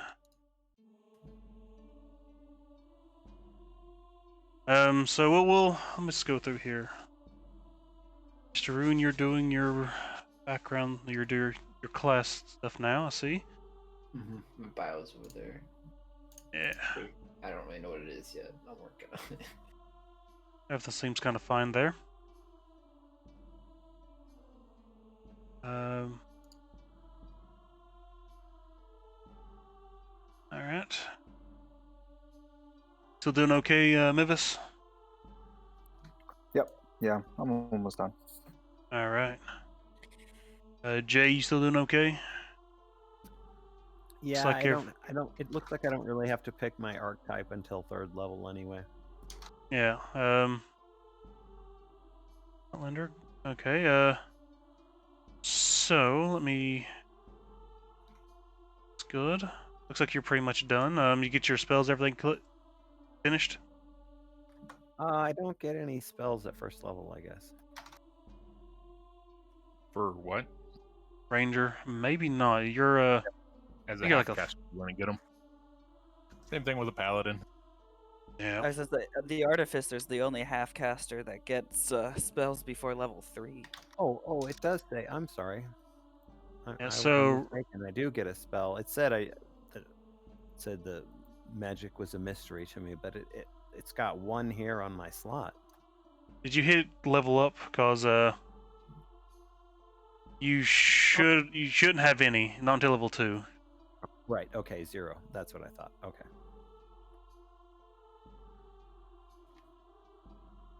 Alrighty. See our fighter doing his thing. And if you all want to use token stamp, if you find a good character art for your image, go and go there and make a token and upload it to your character. I'll go ahead and start working on your tokens. I promise this guy isn't as edgy as he sounds. I swear to God. That looks really blurry on the map. Maybe just the map size. Yeah, might just be you. It looks fine to me. I'm gonna zoom in on him. I've got my thing zoomed out, so that's probably what it is. He's a very HD blue man when I zoom in. And none of my settings are set. I see. Or would they? Come to a show in Vegas. It's rather entertaining. Do you communicate through musical instruments? A mute bard. I think I saw someone play that once. It was pretty interesting. Mr. Joey, was it Faraday? Do you have any dark vision? I actually don't believe so, no. Playing one of the better races. Oh yeah, I got no dark vision. Human life, gang.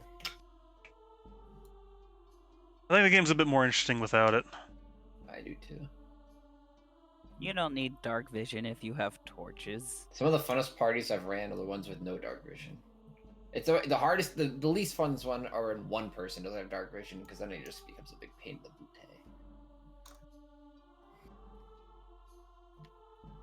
Alrighty, that should have your character set.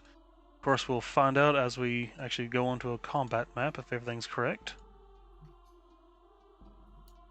Let's keep going down. This Jason seemed fine.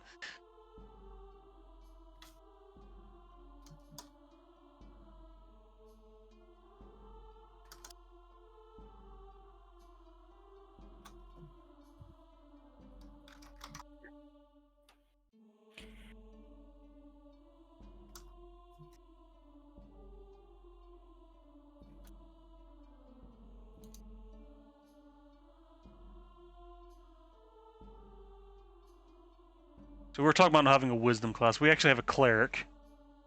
Yeah, I was surprised we were talking about that because we have. I forgot the cleric existed. Yeah, and my wisdom is hella high. Listen, Make up for me. clerics aren't I'm real unaware. people. It might help that I was thinking they were charisma based because it's been too long since I played one. Clerics aren't real people. Don't worry about it. Yeah, they don't actually exist. They're a myth. I have this weird thing with clerics.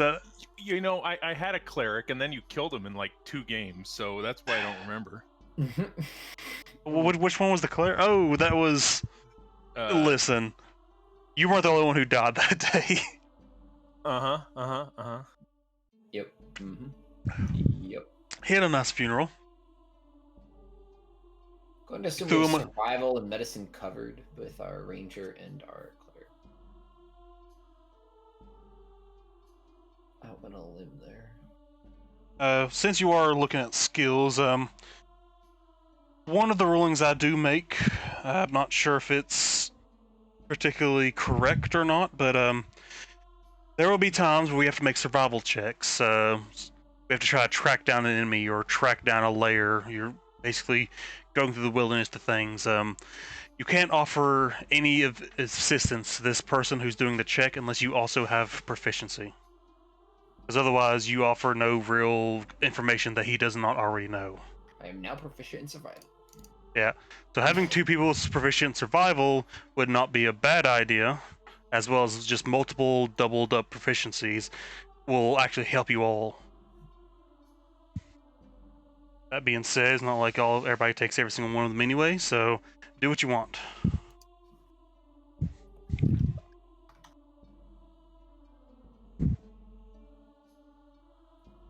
Are we doing character name bracket or are we doing player name character bracket?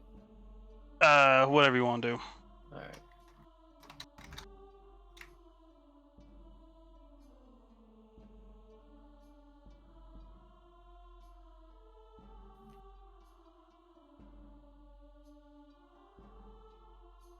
So if you could do it in Discord and in Roll20, that would help me out greatly. I am the worst with names.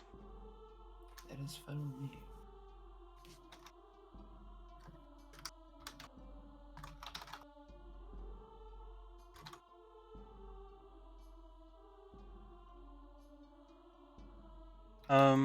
Let's see.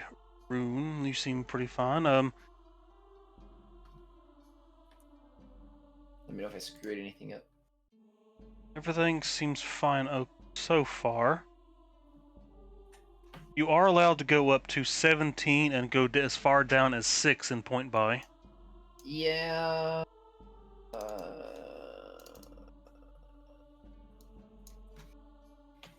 As far as stats, when you're choosing up your stats, this is for everybody. A lot of strength. I mean, at least not having negative in strength just allows you to carry more.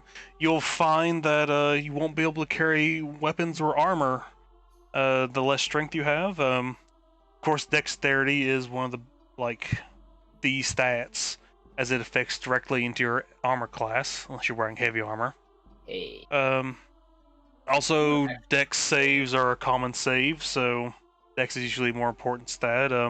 Constitution affects your health directly, as well as saves against poison and just effects against your health. I think I'm gonna stay flat then. Intelligence tends to be a dump stat for a lot of classes, but it is also something you don't want too low. Because there are enemies that will drain your intelligence, and if it does hit 0, you immediately die. Also, the lower your intelligence, like when you get below 8, you start not being able to speak like more than 2-syllable words. Kinda, yeah. Like some beasts, like tigers and I think panthers, have a 7 intelligence, just for reference. So, that beast is smarter than you, type of thing. Wisdom is an interesting stat. It does play well into your perception, noticing things, like passive perception and just things in general. Wisdom is also the common spell save against effects that disable your character. So charms, hold persons, and things like that. Charisma is, of course, how well you communicate with the world and how well the world sees you. If you have a talker in the party, it's not that important of a stat. It's also not a common save either.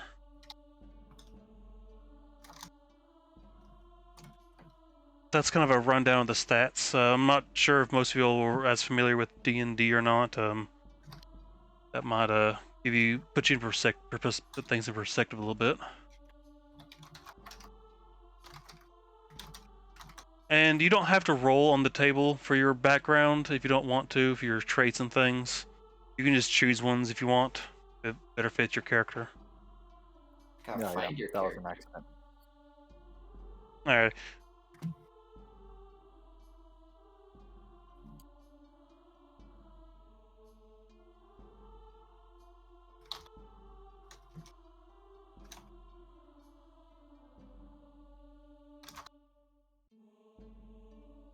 I think everyone is...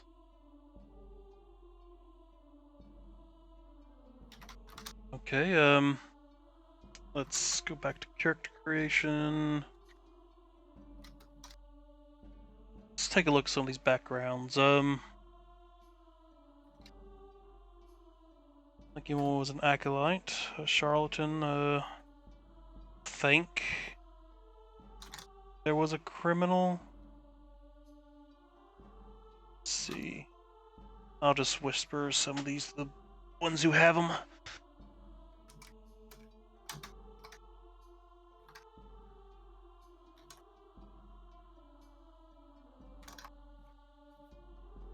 Can I take levels in fighter later on to improve my skills? Yeah, you can definitely take you can definitely do multi-classes and stuff. The real danger of multi-class is that it brings you further away from ability score improvements, which gives you either stats or feats, and will sometimes block you off from the features early on features. But multi-classing is allowed. I myself like the monk druid multi-class. Oh, So, Paparazzo. yeah. I'm not giving up. If anything ever happens to Ivory, I'm definitely gonna try to figure out a way to bring her back. Oh, definitely. I'm sure Marley would be more than happy to. Oh, a cool ghost would be fun. Have you ever had a ghost-like character? I haven't. That's kind of what I was thinking of, but he wasn't really going for it when I mentioned it. Ghosts. Oh yeah, a poltergeist that just Purge. it's a poltergeist that just comes out of the shield. Right. His last character died, and so instead of giving her an actual funeral, we took her soul and bound it to my character's shield. Aw. Adorable.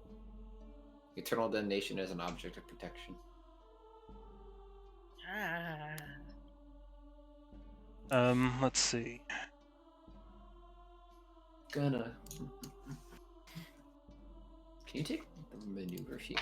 You were talking about a revised archer. Is that something that I should look at? If you definitely want to, it makes them a little more versatile.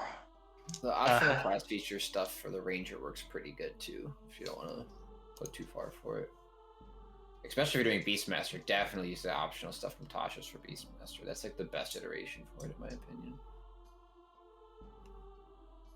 Did Tasha's do something for UA Beastmaster? Yep, Tasha's completely like fixes Beastmaster, in my opinion. Good, because it did have a pretty. The UA one was like a bit weird in my opinion. I never liked that one too much for Beastmaster. After I ran one for one of my players played 1 through 6, and I wasn't a fan of it too much. Did Tasha's actually give them like fix all their stuff? Tasha switch. I wouldn't say it fixes everything. It rolls back the UA a little bit, and as far as the general stuff, but it changes like you replace Natural Explorer with their Deft Explorer feat. Though in this campaign, natural exploration might be pretty good because the biome's pretty fixed. Oh yeah. But that gives you like a whole bunch of little things. Levels 1 through 6, it gives you like just different stuff. You get Alright, expertise in the skill. It's just if you type optional class features and then pick the ranger one, you'll get all of them. The ranger's got a bunch. You get new spells, all kinds of stuff. which I'm allowing the optional stuff from Tasha's if you want them. So that may be something to look into. Jay, look at the Tasha's book and look at the Rangers. The primal awareness one changes like all it replaces it with like free spell casting basically. You get to cast like a list of expanding spells as you level up for free each day. That is a good way to flavor them more as abilities and less like spells. Because isn't that what the ranger is supposed to be doing? That they are not actually casting animal friendship; they're befriending animals. I have no idea. It depends on the setting, I guess. Yeah, Or the ranger player more so even. that's true. I could say they befriend the animal in a more direct way than like the druid, but I could still use like magic in the bond. It also switches their beast out for like a bestial spirit, so when it's dying all the time, it like makes sense. Mm-hmm. Yeah, that was, which is one of the biggest problems with the Beastmaster is that after a while that beast just sort of dies constantly. It also gives you get like the land, sky, or sea or whatever stat block for it, which is like a fixed stat block that scales with proficiency, and then you just get to say whatever animal it is. So you get like a generic land animal stat block, and then you can just be like, it's a bear, cougar, hybrid thing that has a dinosaur tail. Yeah. Oh, they get a thing where they have blind sense is pretty neat. Yeah, you get access to a lot of the new stuff. Even get some cantrips if you want to do a more rangery fighter druid thing. The throw and weapon fighting one's tempting, but the only class I could see doing throw and weapon fighting on is like Eldritch Knight, because then you could like throw your weapon and teleport it back and keep throwing it. That's the one I can think of. Oh, I actually get infusions, not to level 2, but one of them is returning weapon. Oh. Throw and weapon fighting gang. Who needs magic hammers when you just have an artificer that just glues it to your hand with a rubber band? My hope for flavoring my infusions is, honestly just meals and whatever. But this is something that Krim has to talk about because, for example, one of them is actually, let me pull it up. I have them right here. Is there an artificer infusion that makes me tankier? Yes. I will pay you good money. I will protect you before the wizard. Good. Based off like, your backgrounds, I'm going to be whispering y'all something, but continue on. Enchanted defense. You need a suit of armor or a shield to actually put it on, and it gives the creature a +1 bonus to armor class. Since I'm not actually doing a gadgets and potions kind of artificer, can I just make a meal that gives the person the +1 forever if they're wearing armor? If it would work. Is that just basically reflavoring it? Honestly, it is reflavoring it. However, I guess it could possibly drugs in his food? Like no, the only difference would be if your monster could completely destroy his armor, and then regularly that would be off. But if it's food that he so I have 11 defenses out of 10. Oh no. Yeah, it'd be fun. That'll be fun to do. I didn't want to plan my whole character around that, and then it's that doesn't work out very nicely. Well, there's a lot of stuff you can do. +1 AC isn't really that much, actually. I don't want to. No, but there's a lot of other things I can do. Hijack your thing. It was just a joke, more so. Just want to make sure.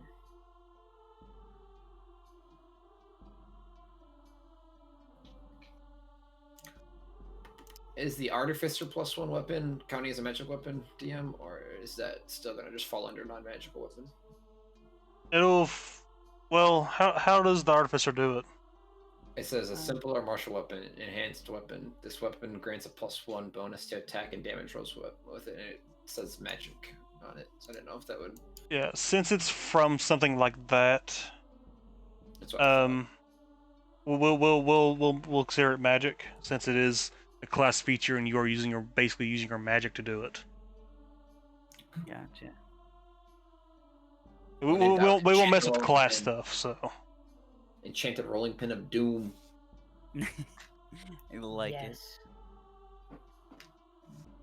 I ended up going with the frying pan though. Why does your frying pan have a fire rune on it? Don't ask any questions. Oh, I like that. Just the bottom of the frying pan has like a giant fire rune. It does That make it would be considerably cool. easier to heat up the pan. Yeah, some artificer shit right here. You know. Multiple applications for a single use. It's brilliant. Yeah. And then flaming Actually, frying that pan was for battle. brilliant. If what I'm whispering you doesn't work, feel free to ignore it. This is just a kind of what they have tied in with those specific backgrounds. Is there any way to do clickables in the default character sheet for text?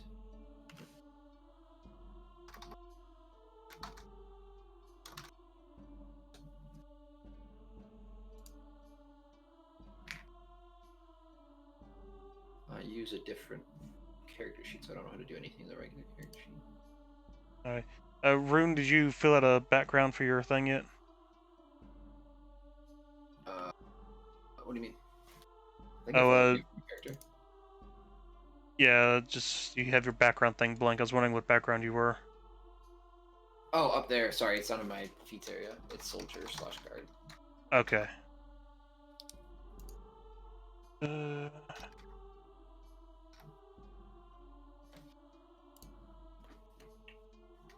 I'm assuming it's milestone leveling, given that it's a module.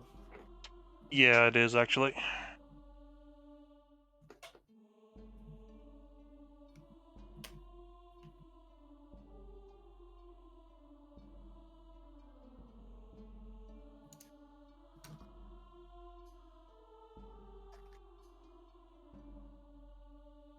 Do sleds count as land vehicles? I feel like they do. They do. Sick. Proficient in sledding. Amazing. There is a quite a bit of fishing that's done here as well. So water vehicles is also used a bit. I don't know what a boat is. There you go. Sorry, I only specialize in land-based vehicles. Alrighty. I don't have a workplace-approved license to drive and operate a boat. So sleds are a thing in this game. It does increase your travel a bit by bit. It also has kind of its own kind of things with it. Dog sleds. In order to carry a player with all their gear, you'll probably need 2 of them per sled per person. That gets like about 120 gold in order to own that. Of course, you have to feed the dogs along the way as well. So it does speed You don't have speed to up. feed the dogs. Oh no, you can feed them something else if you want to. You can also get something called an axe beak, which can pull you by itself.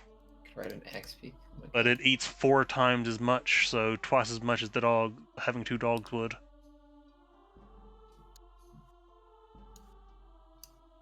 So the sleds travel and all that is really neat. It is a little costly as well.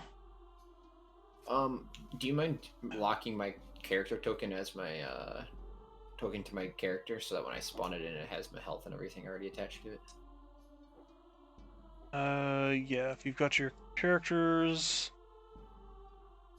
Yeah, I got it all out. I got all the stuff on it though. I got my AC, move speed, and everything on there. I just like to have it saved as its default token for a rune. HP. I'm gonna use bar 3 as AC, and what is I'll just leave that one blank. Let you use as you need. Move speed and all that jazz. C nameplate.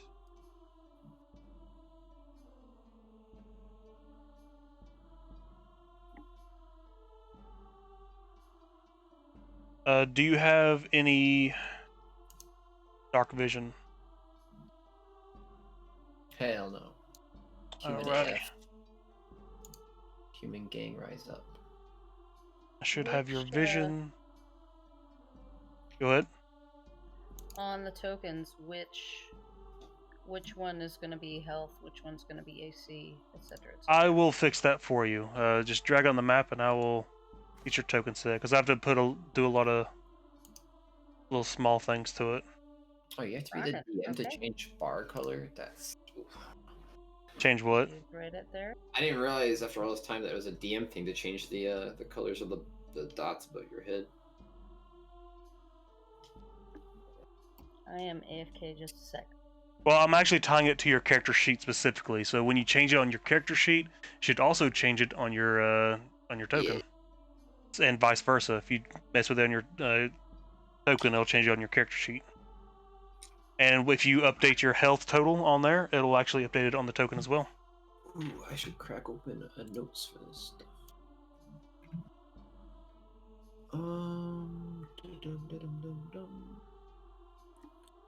So I'll get it all set up initially.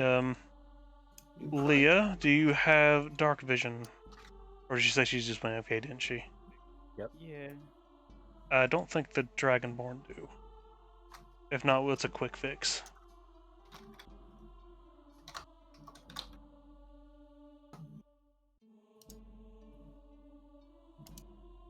Okay. No spoilers on this map, right? Let's see. It shows you 10 towns. No, not on this one. I was looking up a map to put into my notes. No, I didn't want to get one that had a bunch of stuff on it.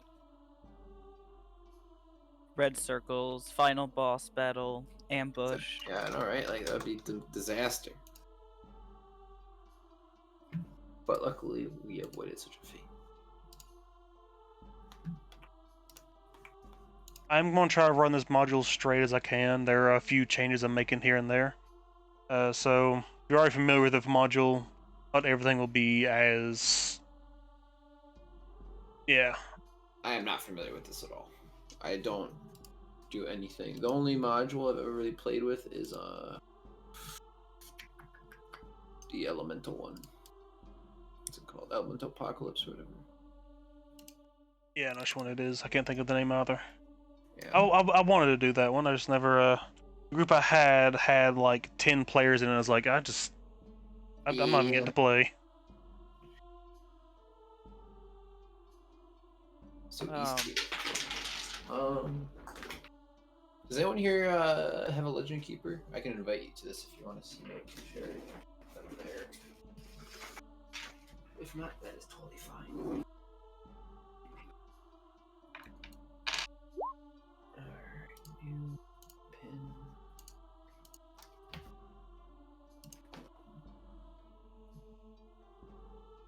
Oh, just while we're all doing busy work, Crim, update on the calves. They're all doing well. That's good. I don't think if this is her first child. I don't think she'd take it too well with it dying. I didn't either. I honestly I didn't either. But she's doing well now. The calves, given that she had twins, which I'm surprised she survived. They were also slightly preemie, not by a lot, but by enough. But because it's a male and a female, the daughter is going to most likely be infertile. So we'll see how that all goes out. Are you getting some weather issues? A little bit. I'm in central PA, so nothing that we don't normally get at this time of year. Just a little bit more snow. Alrighty, Jay, that seems fun. Did I just leave Roll 20? My brain is... No, I did not. Give this character token a test. He spawns it all as Jazz now. Wonderful. Donka. He was tall. Sure, I got...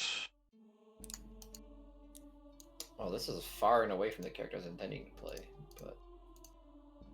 I'm happy nonetheless. Oh god, there's a second rune. Alright, that works. Now Evil. there's 2 of them. Hey, I'll play with two characters. That's insurance. Can tank for both the artificer people and wizards. I've always wanted this is such a dumb concept, but I've always thought it would be fun. I call it my 2 kobolds in a trench coat. Oh God. But playing a set of twin kobolds, but play them as a singular character. So they share the same tile on the map. They share the same turn. They do everything together. They can't flank, even though there's 2 of them. Just flavor-wise, it is 2 kobolds. So it's a medium-sized kobold, but has 2 voices and 2 brains that constantly fight with each other. Right. They were going to be my actual artificer, calling them Wrench and Ratchet. Little Well, that'd be pretty interesting. I mean, there are actually areas of kobolds here. I love. Go Oh, ahead. continue. No, No, I was just. Sorry. Listen. You go. Listen, talk. Oh God. Okay. I really love kobolds. I don't know why. They're one of my favorite D&D creatures, monsters, races. I love kobolds. They're like We little had a baby. character in our last campaign who was a kobold fanatic. It's a little stabby, but yeah. Anytime I DM, I just ran Ravnica for my in-person table that I have here, and one of the things that I had was the Demir, this whole secret agent organization thing. On the surface was pretending to be a post office, and so I had these 3 little kobolds that would deliver the mail. They were the most adorable little things. They would like hold packages so that they were all 3 of them were underneath of it, but the middle kobold's feet couldn't reach the ground. So the 2 on either end were holding up the package, and he was just hanging there, trying to his feet just treading. I absolutely adore kobolds.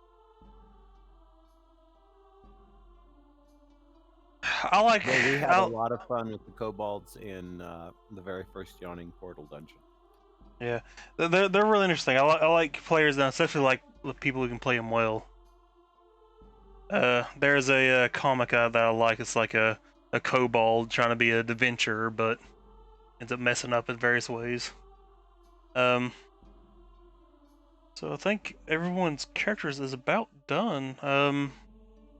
This was kind of a getting everybody's characters, get everybody sorted and out and set up. So you've got yours. Mavis, if you want to find some character art for yourself eventually, we'll get your token set up as well. Let's see.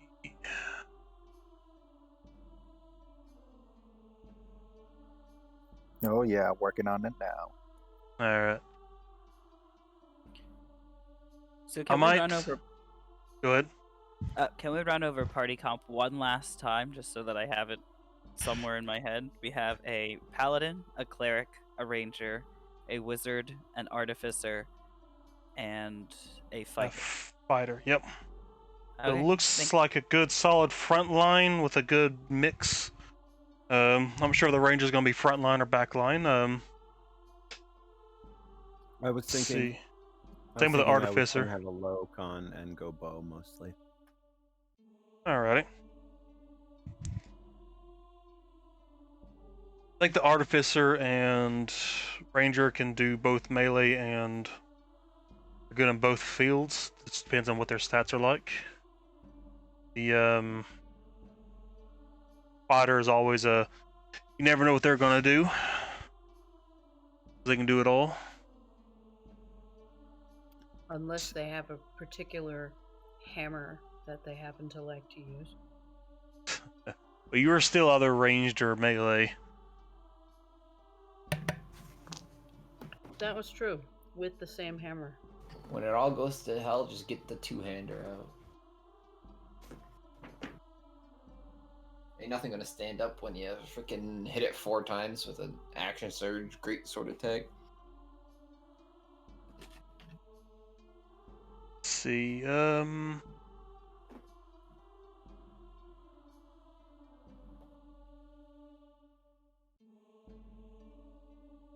with everybody's characters kind of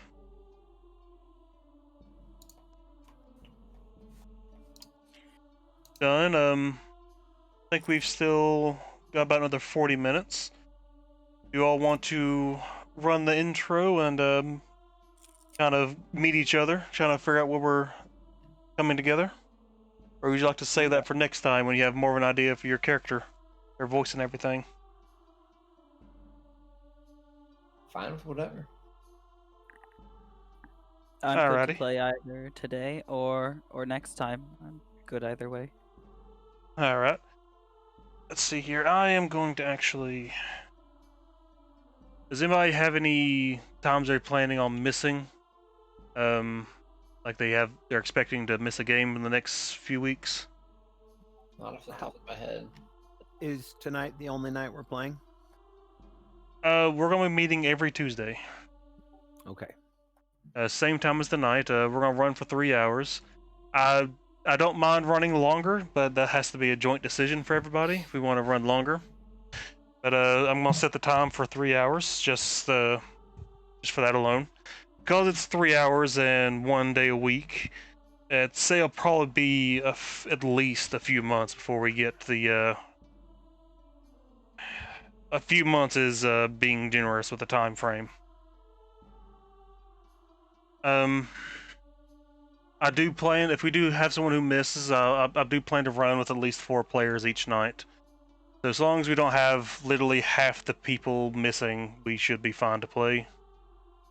I of course do record, and this will also be available on Twitch if you want to see what you missed. I don't like to play people's characters for them when they're missed, so we'll just have them kind of gone. We'll find a DM reason to explain your character's absence. Okay.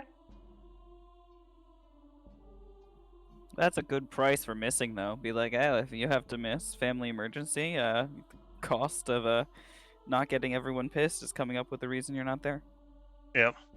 We'll run with at least 4 players. This is kind of the party size I wanted was about 4 to 5. But the nature of Roll20, not saying you all aren't going to be dedicated players, but you just can never tell. Things come up, and I do not ever hold anybody against it. Just let me know ahead of time if you need to drop or anything like that, or if the game is just not a nice fit for you. You could come into this thinking Icewind Dale is an entirely different campaign than what it is, and I completely understand. This is kind of what the first chapter of the game is. It's basically a getting to know you chapter. We're all going off on various side quests and getting to know each other. And if the game isn't a perfect fit, I do not blame you if you don't want to stick around with it. This is why I have 6 players starting out with, rather than the required players I wanted. So no hard feelings if you all do need to bail. Let's see, Mivis, do you have dark vision? It's like it. You're a dwarf. You should. Yep. I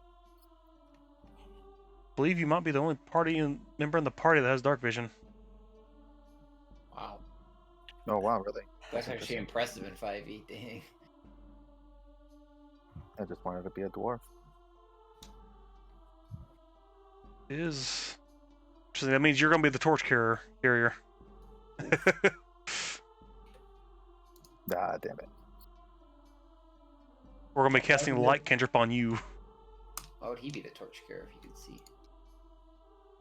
I'll Make take him, my shield. There you go.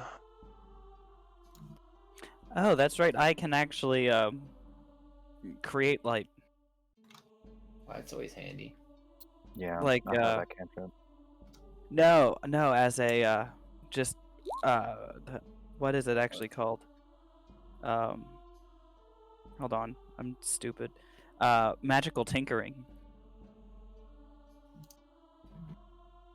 one of the things is the object that you imbue with magic sheds light. Perfect. Boom.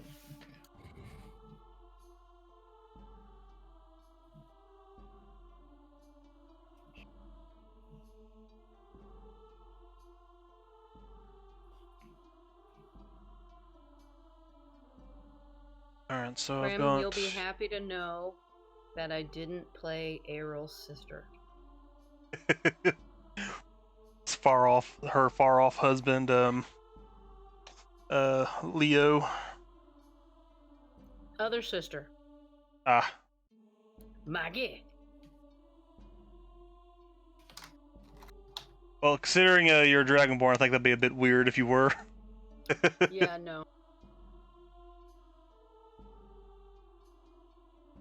Alrighty, so slash view.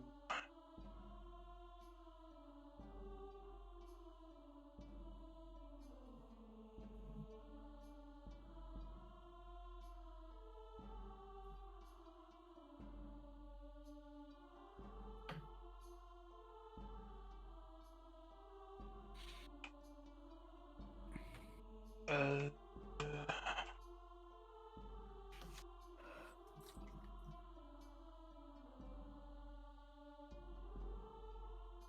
Still linking you all your little things associated with the backgrounds. Feel free to use them if you want to. Might help a little bit with your character backgrounds. Mivis. Jake, Joey.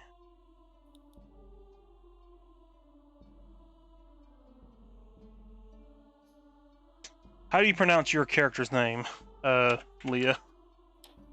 Ekaterina. You can call me Cat. But you're not a cat. No. But they're delicious. I named myself after my favorite food. My brother-in-law does that. He has scores of characters named quinoa and oatmeal and bok choy.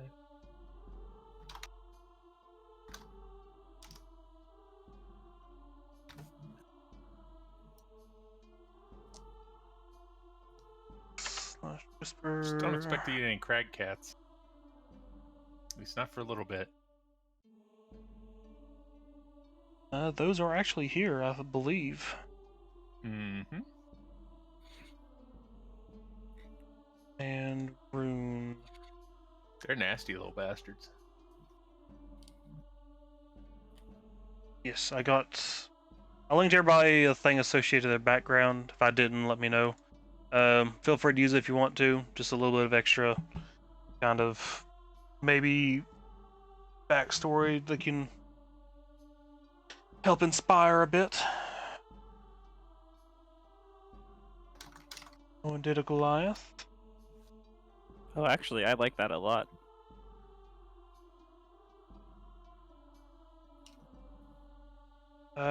For your background, I'm gonna have to. Yeah. Okay.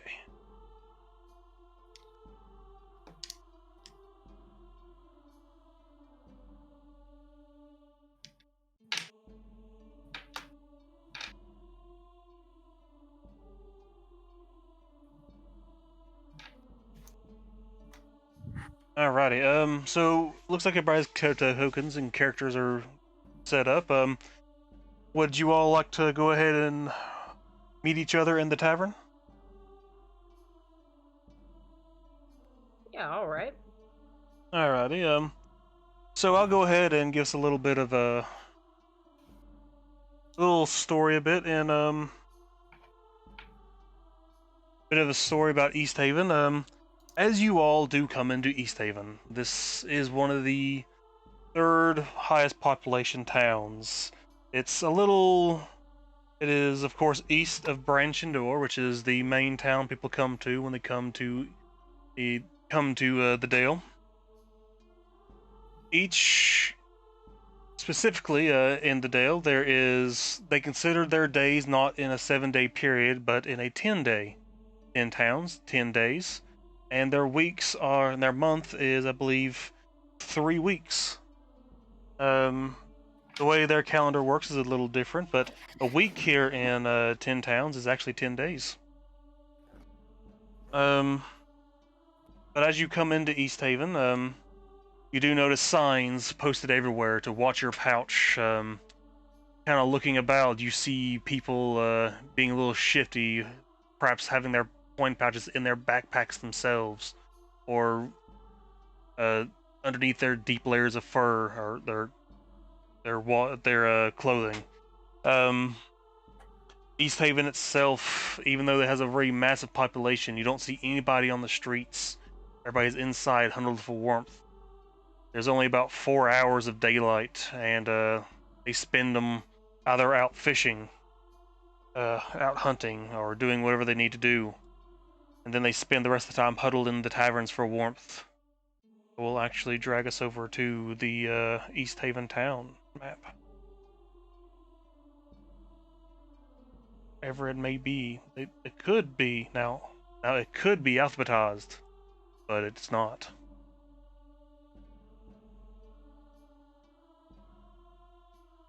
As you all come into this town, there are a few shops here and there that are open. Perhaps a few shady figures who keep an eye on you. You see them eyeing your coin pouch, and then the signs kind of all make sense. That there are a lot of pickpockets here, either it's intentional or not. But in this town, pickpocketing is legal. I will definitely keep my pouch stashed deep under my armor and furs. Alrighty. People you do see are wrapped in so thick of clothing that you cannot tell one person apart from the other. Not very well, because they're all wrapped so well, they all look alike. Aside from the obvious height differences, of course. Some people who are coming in from the outside, you see that they actually have something called snowshoes on. And those who are fishers will have crampons, which are little spikes they attach to the soles of their feet. Both of which are almost a necessity if you're out traveling about. None of you have this. It's not part of your cold weather gear. There are lots of businesses, lots of shops. People here don't seem as friendly as they could be, probably perhaps because of the pickpockets. But the buildings are nice and comfy, they're well built, and there's definitely plenty of places where you can buy. The only tavern to go to, which is where everybody is at this time of day, is the Wet Trout. As you enter the Wet Trout, you make your way through the either through town or through the shoreline, a frozen lake. There are people who bust out paths of ice so their small rowboats can make it out to fish. And everybody seems to gather at a place called the Wet Trout.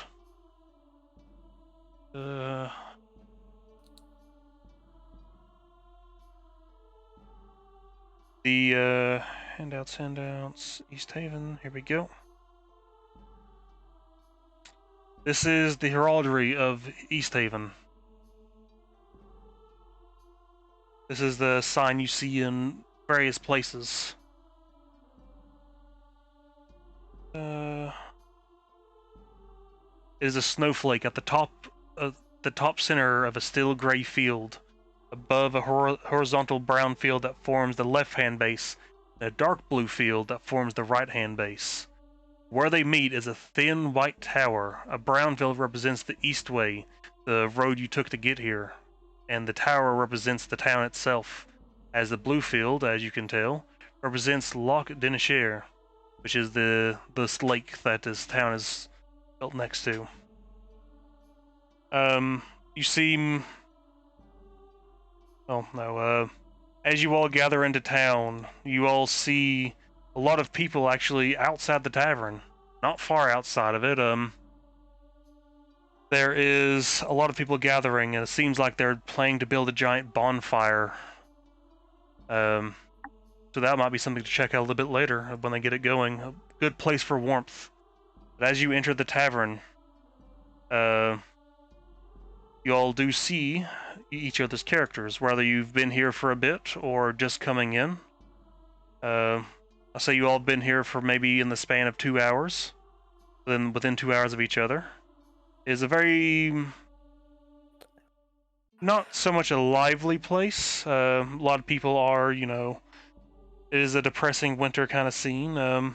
Seems the most entertainment they've had in forever is this bonfire they're about to build. This is, you kind of see that. This is the first bit of excitement they've had in a while. See the wet trout. There are a few individuals of interest. We'll get to the individuals themselves. The most interesting individuals are each other. So, setting the scene, what do you all... You all are looking for people to kind of join with you, people who can practically will help you out for your various tasks and reasons. Would everybody like to describe where they're at and what they're doing? You see a bald, blue-skinned guy up at the bar, drinking very quickly and very heavily. Yes, they do have quite a popular mead. I haven't thought of a name of it yet, but they do serve you as long as you have the coin. And quite happily, there'll be many people there drinking with you. A lot of people have their hoods and stuff down. You can actually tell people apart inside the tavern. It is still cold, but it's warm enough to where they don't have to worry as much. Anybody else? You see a thinner, pale-faced girl walking around the room quickly with handing out alcohol. At this point, yeah, I'm working as a wench. What? I will flag you down, and I will say, "What is going on outside? It is very busy." Oh, I am not very sure. I heard something about a bonfire, but other than that, I can't tell. As long as it's warm, it really doesn't matter all that much. Well, thank you very much. Of course, Mayhap I shall find out on my own.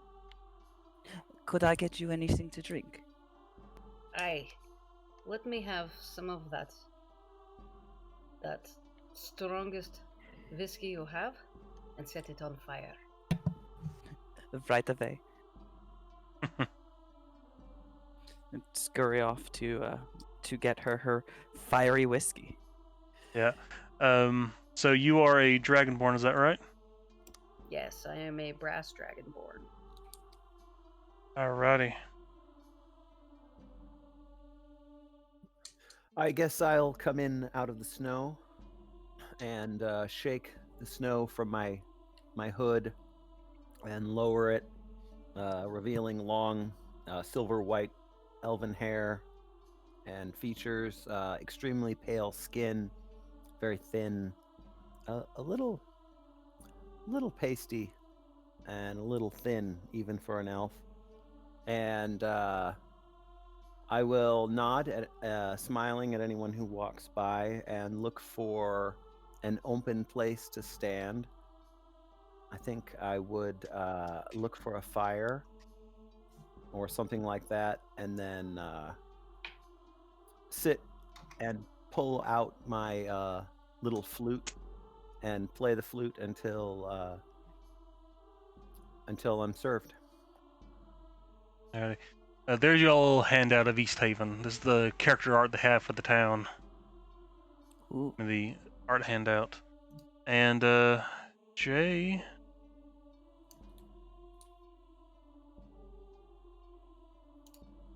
what you see with Jay.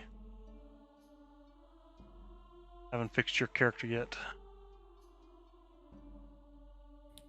Alrighty. I believe we have 2 more people to go.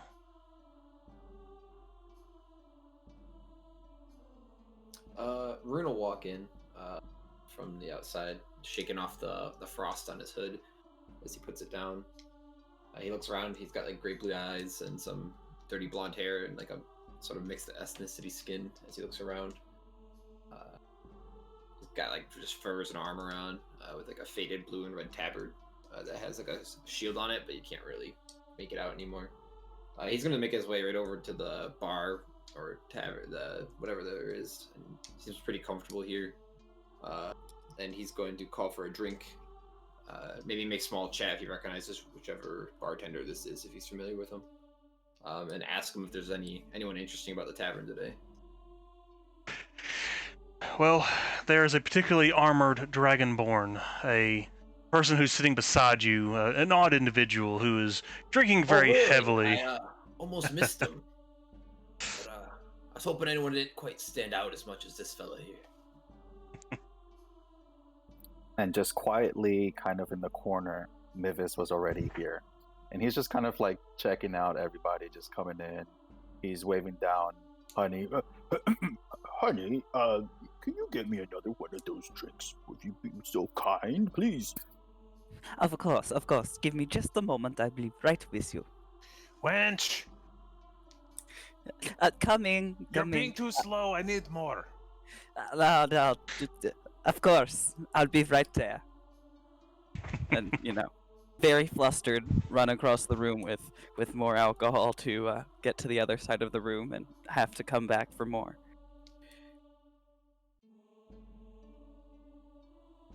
Alrighty. Go ahead. There you go. Is there anything else I can get for you? More. Of course. And more running. Mivis kind of like scoots over a couple of chairs, just like ever so slowly, just getting closer and closer to the other people that are at the bar.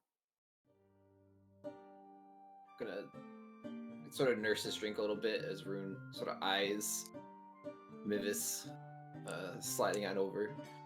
I'm looking right in his eyes. I haven't even blinked. Just sort of loft one brow. Can I help you, friend? There's a seat right here. Take a seat. You don't have to, I don't know what the hell you're doing, but no sliding across the floor, please. It's making me uncomfortable. Just sit down and grab a drink. I'll buy you a drink. Just whatever you're doing, stop it. Freaking me out. Yeah, not sliding on the floor, but that was good. Well, yeah, thank you. Ever so kind of you. I don't see much people like you around this area, and you seem pretty well guarded. You're up for a battle or something. Well, I'm a guard, and I look around and see like pretty much like half the room looks pretty much like this dude. It doesn't really stand out too much from the crowd of the locals. I guess you could say I look unique, but just a guard taking some free time for his own personal pursuits, let's say. I don't think I've ever seen you around East Haven before, and I've been around for a bit. Oh, that's very nice of you. Yes.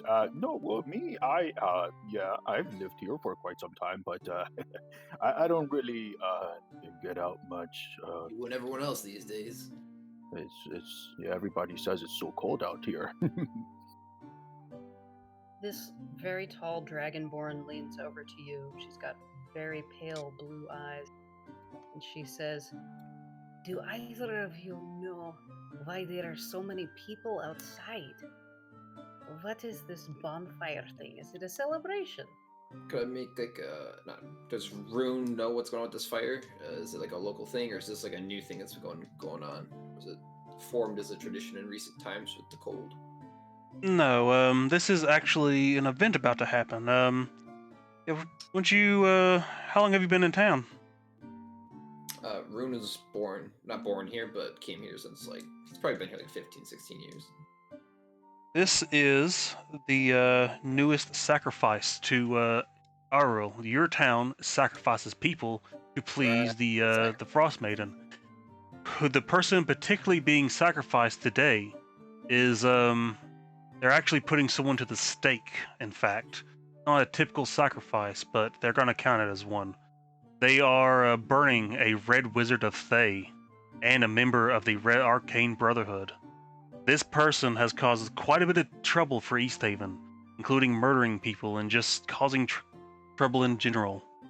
And they are about to put him to the stake, and they're building their platform for it now.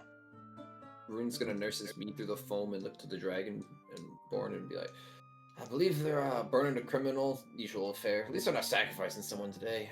I've been getting out of town more and more with all this snow coming in. It's not really my speed, the whole sacrificing thing. I've quit the guard over it, but what can you do? There's a lot more people just trying to stay warm out there. They think it works. How barbaric. I Well, guess. What has this criminal done?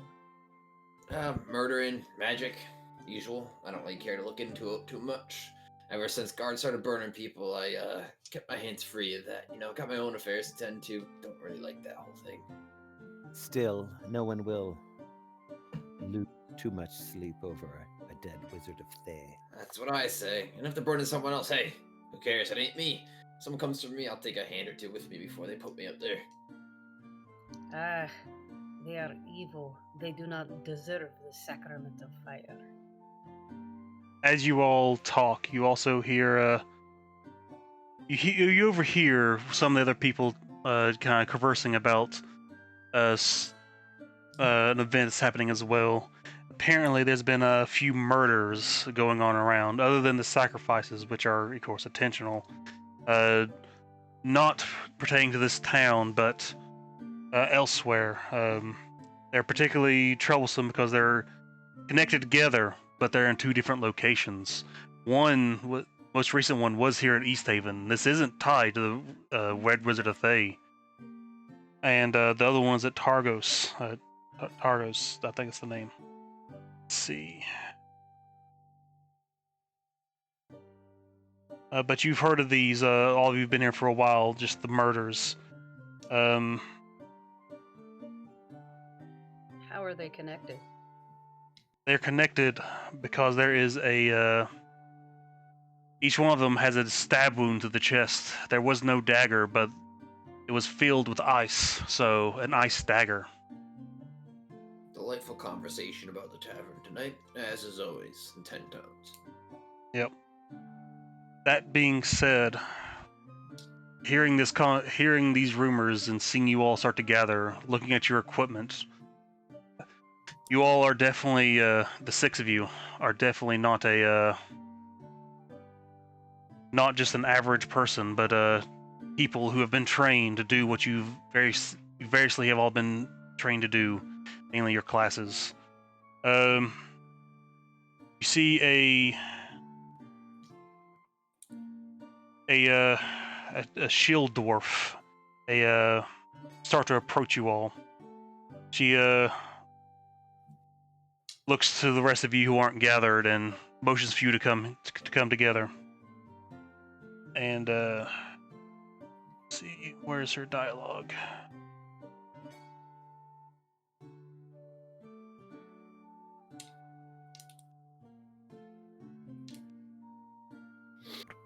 Oh, well, there isn't one for an intro for her, but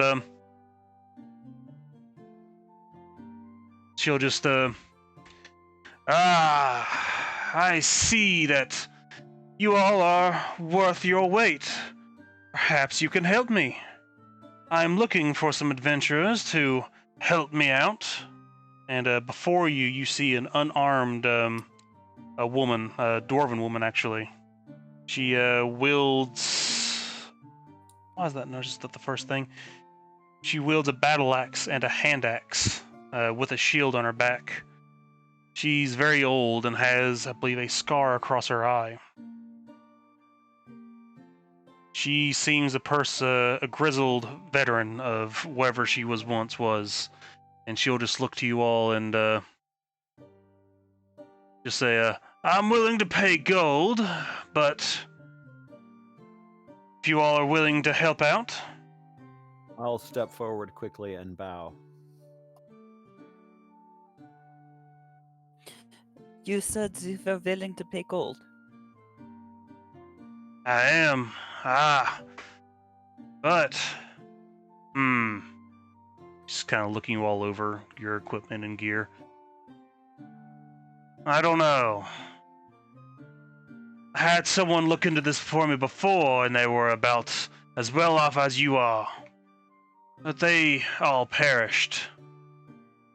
I am willing to offer quite a bit of gold, but I need to know if you all can handle yourselves. I feel bad for the last adventurers. I simply had them help me with my investigation with these recent murders, the Ice Dagger Killer.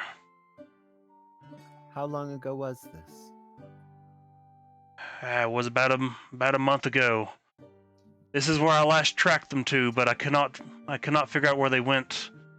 They were just here exploring their own connection. But before they can pass off any information to me, they went missing. I'm sure they are dead, which means this investigation is a bit more deadly than I thought. It sounds like you have hit close to home. Just don't like killers being on the loose. I have a little too much free time and a little too much money, but I'm not able to do the work myself. She kind of slaps her leg, and you can see that it's kind of locked in place. I'm a little too old for this sort of stuff. Well, we should not have loose killers on the street. That could cause mayhem. Not to mention the nefarious deeds they would be up to. Nah, but I perfectly agree. But I cannot figure out where my party has disappeared to, and the guards are not being too helpful at the moment. They seem to have their own priorities. Busy Did you fella. check to see if there are aliens that abducted them or something stupid like that? Where did that guy come from? Been here the whole time. Holy cow! Yo, give me some space. You're getting a little crowded around here. I just want my space for sitting, okay? Listen to the dwarf all you want. Just give me my space. Like, yeah. Just listen to me for a second. Yeah, I like that. Thank you there, mister. May I get your name by chance? We didn't catch that, did we? Did I miss it? Oh, yeah, go ahead. Suppose we haven't actually introduced her. Oh, I'm talking to the dwarf lady. My name is Lane Trollbane. Oh, nice name. Thank you. My name is Mythis, by the way. Nice to meet you, Mythis. Excuse my non-female voice. My actor can't fucking voice characters. You did your female great. Out of the way. She'll, well, introductions can be saved for a bit. I think I might know how to get you all started. If you all can prove you're capable of at least performing well together, I'll hire you, and I am offering you quite a bit of gold. She kind of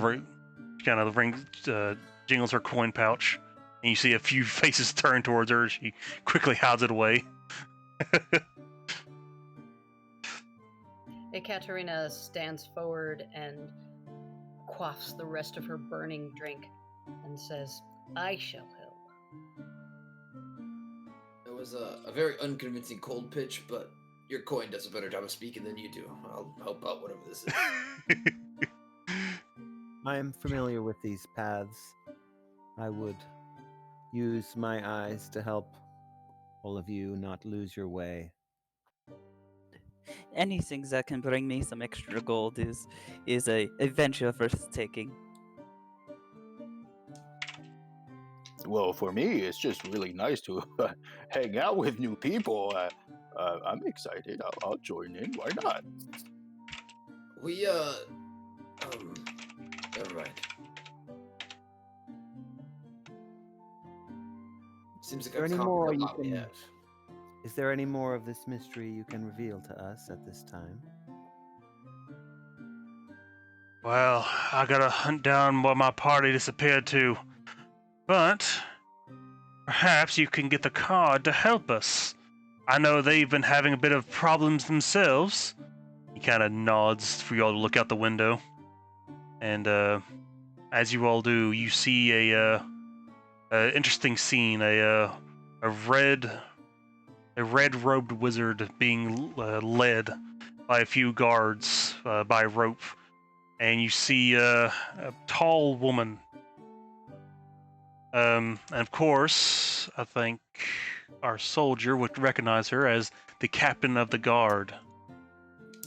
As she escorts this person to be put to the bonfire, Helene will say, "That's the captain there. If you get on her good side, I can probably weasel out a bit of information as to where my adventurers are. Plus, you get on the town's good side, and I'm sure she's willing to pay you her own rewards for her own troubles." What's the captain's name?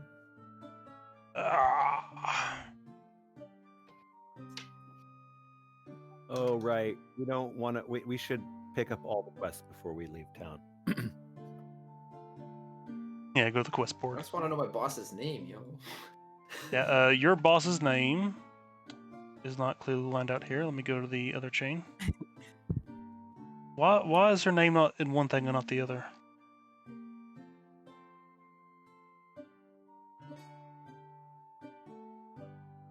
Her name is Imdra Arlagath.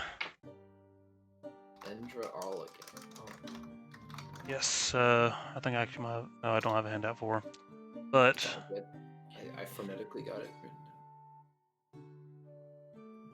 down. go talk to her, solve her troubles, and I'll hire you officially for my quest. There's like anyone else we can ask for help besides her? You can probably look around the docks but right now the guards have been kind of preoccupied with this red wizard, capturing him and keeping him captive. Of course, I'll keep looking for myself through around here. Do you think we will need to find more of these red wizards? Not too certain myself. I didn't even think they traveled this far north. I think he was here as part of the Arcane Brotherhood, but not a red wizard. So, taking down a red wizard, I assume, is a delight for anybody.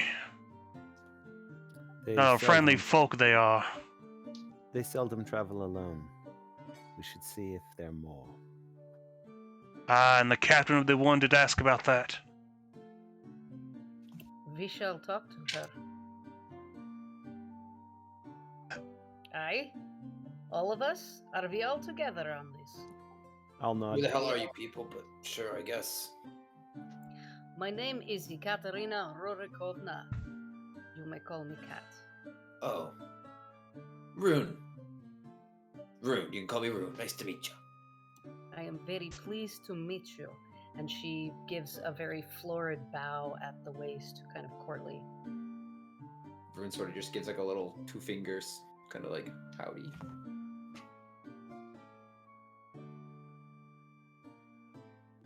Alrighty. Y'all believe everyone has introduced themselves, have they? I believe I haven't. My name is Honey. Honey also knew. Are we bringing the tavern with us? Oh, that's so cool. I think, Andy, that's a great idea. You should join us for sure. Well, then I'll be sure to bring the tavern with us. Ooh. Aye, I shall help cook whatever you bring. I have the breath for it, and I snort a little flame. Sure, let's go for it. Make your own funerals. I don't care. Let's just go. Bring the tavern wench. Sure, why not? Let's just go talk to the captain with the freaking tavern wench. Let's get going then. Troll, killer, whatever you are, take us away. Very well. I'll be here. I'll be continuing my own investigation. Oh. This is your lead to follow. I feel like I'm just doing work. It's my normal job, and you're just not even paying me for it? You are a guard. Perhaps you have a way of speaking with these officers. We don't really Oh, do the officer thing around here too much. Yes, you probably don't know much about him, but he doesn't speak with the gods very often. Word on the street says that he's a little distant nowadays. Oh, well, if we want to do this, we need to talk to the captain, no? Let's just go talk to her and get it over with. Aye. Y'all best hurry. Don't want to miss the show. Don't want to miss the person burning. Right, I'll collect up my my bow and my sack and prepare to leave. Alrighty. You see most of the tavern people start to head outside as well to witness the event. Most of them aren't really doing this. You see that there isn't really a lot of hatred in their eyes for it, but it's more for setting an example for this isn't the type of tolerated behavior.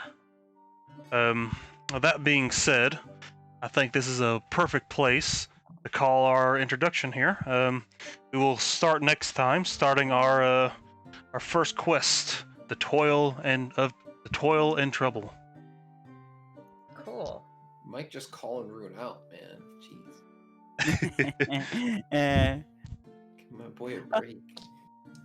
I think it's interesting you're a guard, because I actually have some things planned with the guard captain and things like that. So I definitely like that.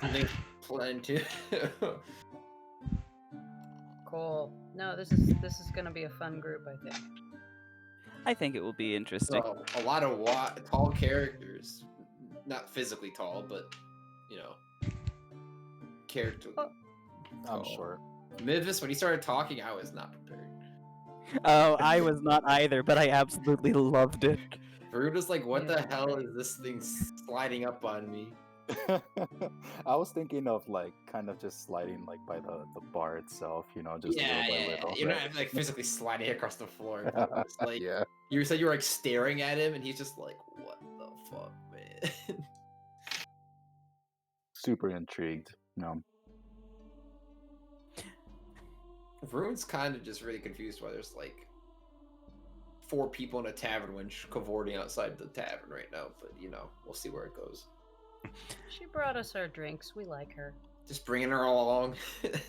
She got you all drunk, or at least when you have there. the tutorial NPC and then you glitch them outside the tutorial zone. That's what it feels like. She brought me the whiskey at just the right temperature, and the flames were just the right color blue. It was really impressive. I'm ready to get into actual character backstories. And just because with what Krim gave me, I'm so excited to sit down and write that out. Yeah, me too. Mivis, with your background, I will share with you a little bit when it comes up. I will share with you the knowledge that you know, but as your background, your background says you know a few things. So when that comes up, same with I will try to read your all's backgrounds and backstories and get the feel of your character. If you think something pertains to your character, feel free to speak up, and I will give you relevant information. I'm just gonna deal it out straight as it is.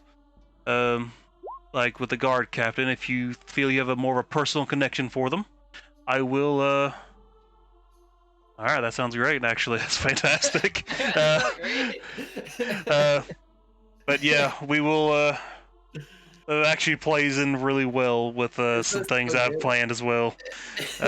So yeah, I will look at the secrets a bit more and see if I can work more of that into the game. Try to get everything kind of in an area. Especially with a few of you, you have a few areas that pertain to your secrets and a few characters that might pertain to it. So I'll try to get everything gathered up and figured out. And we should see each other for next week, I believe. That sounds great. Yeah, looking forward to it.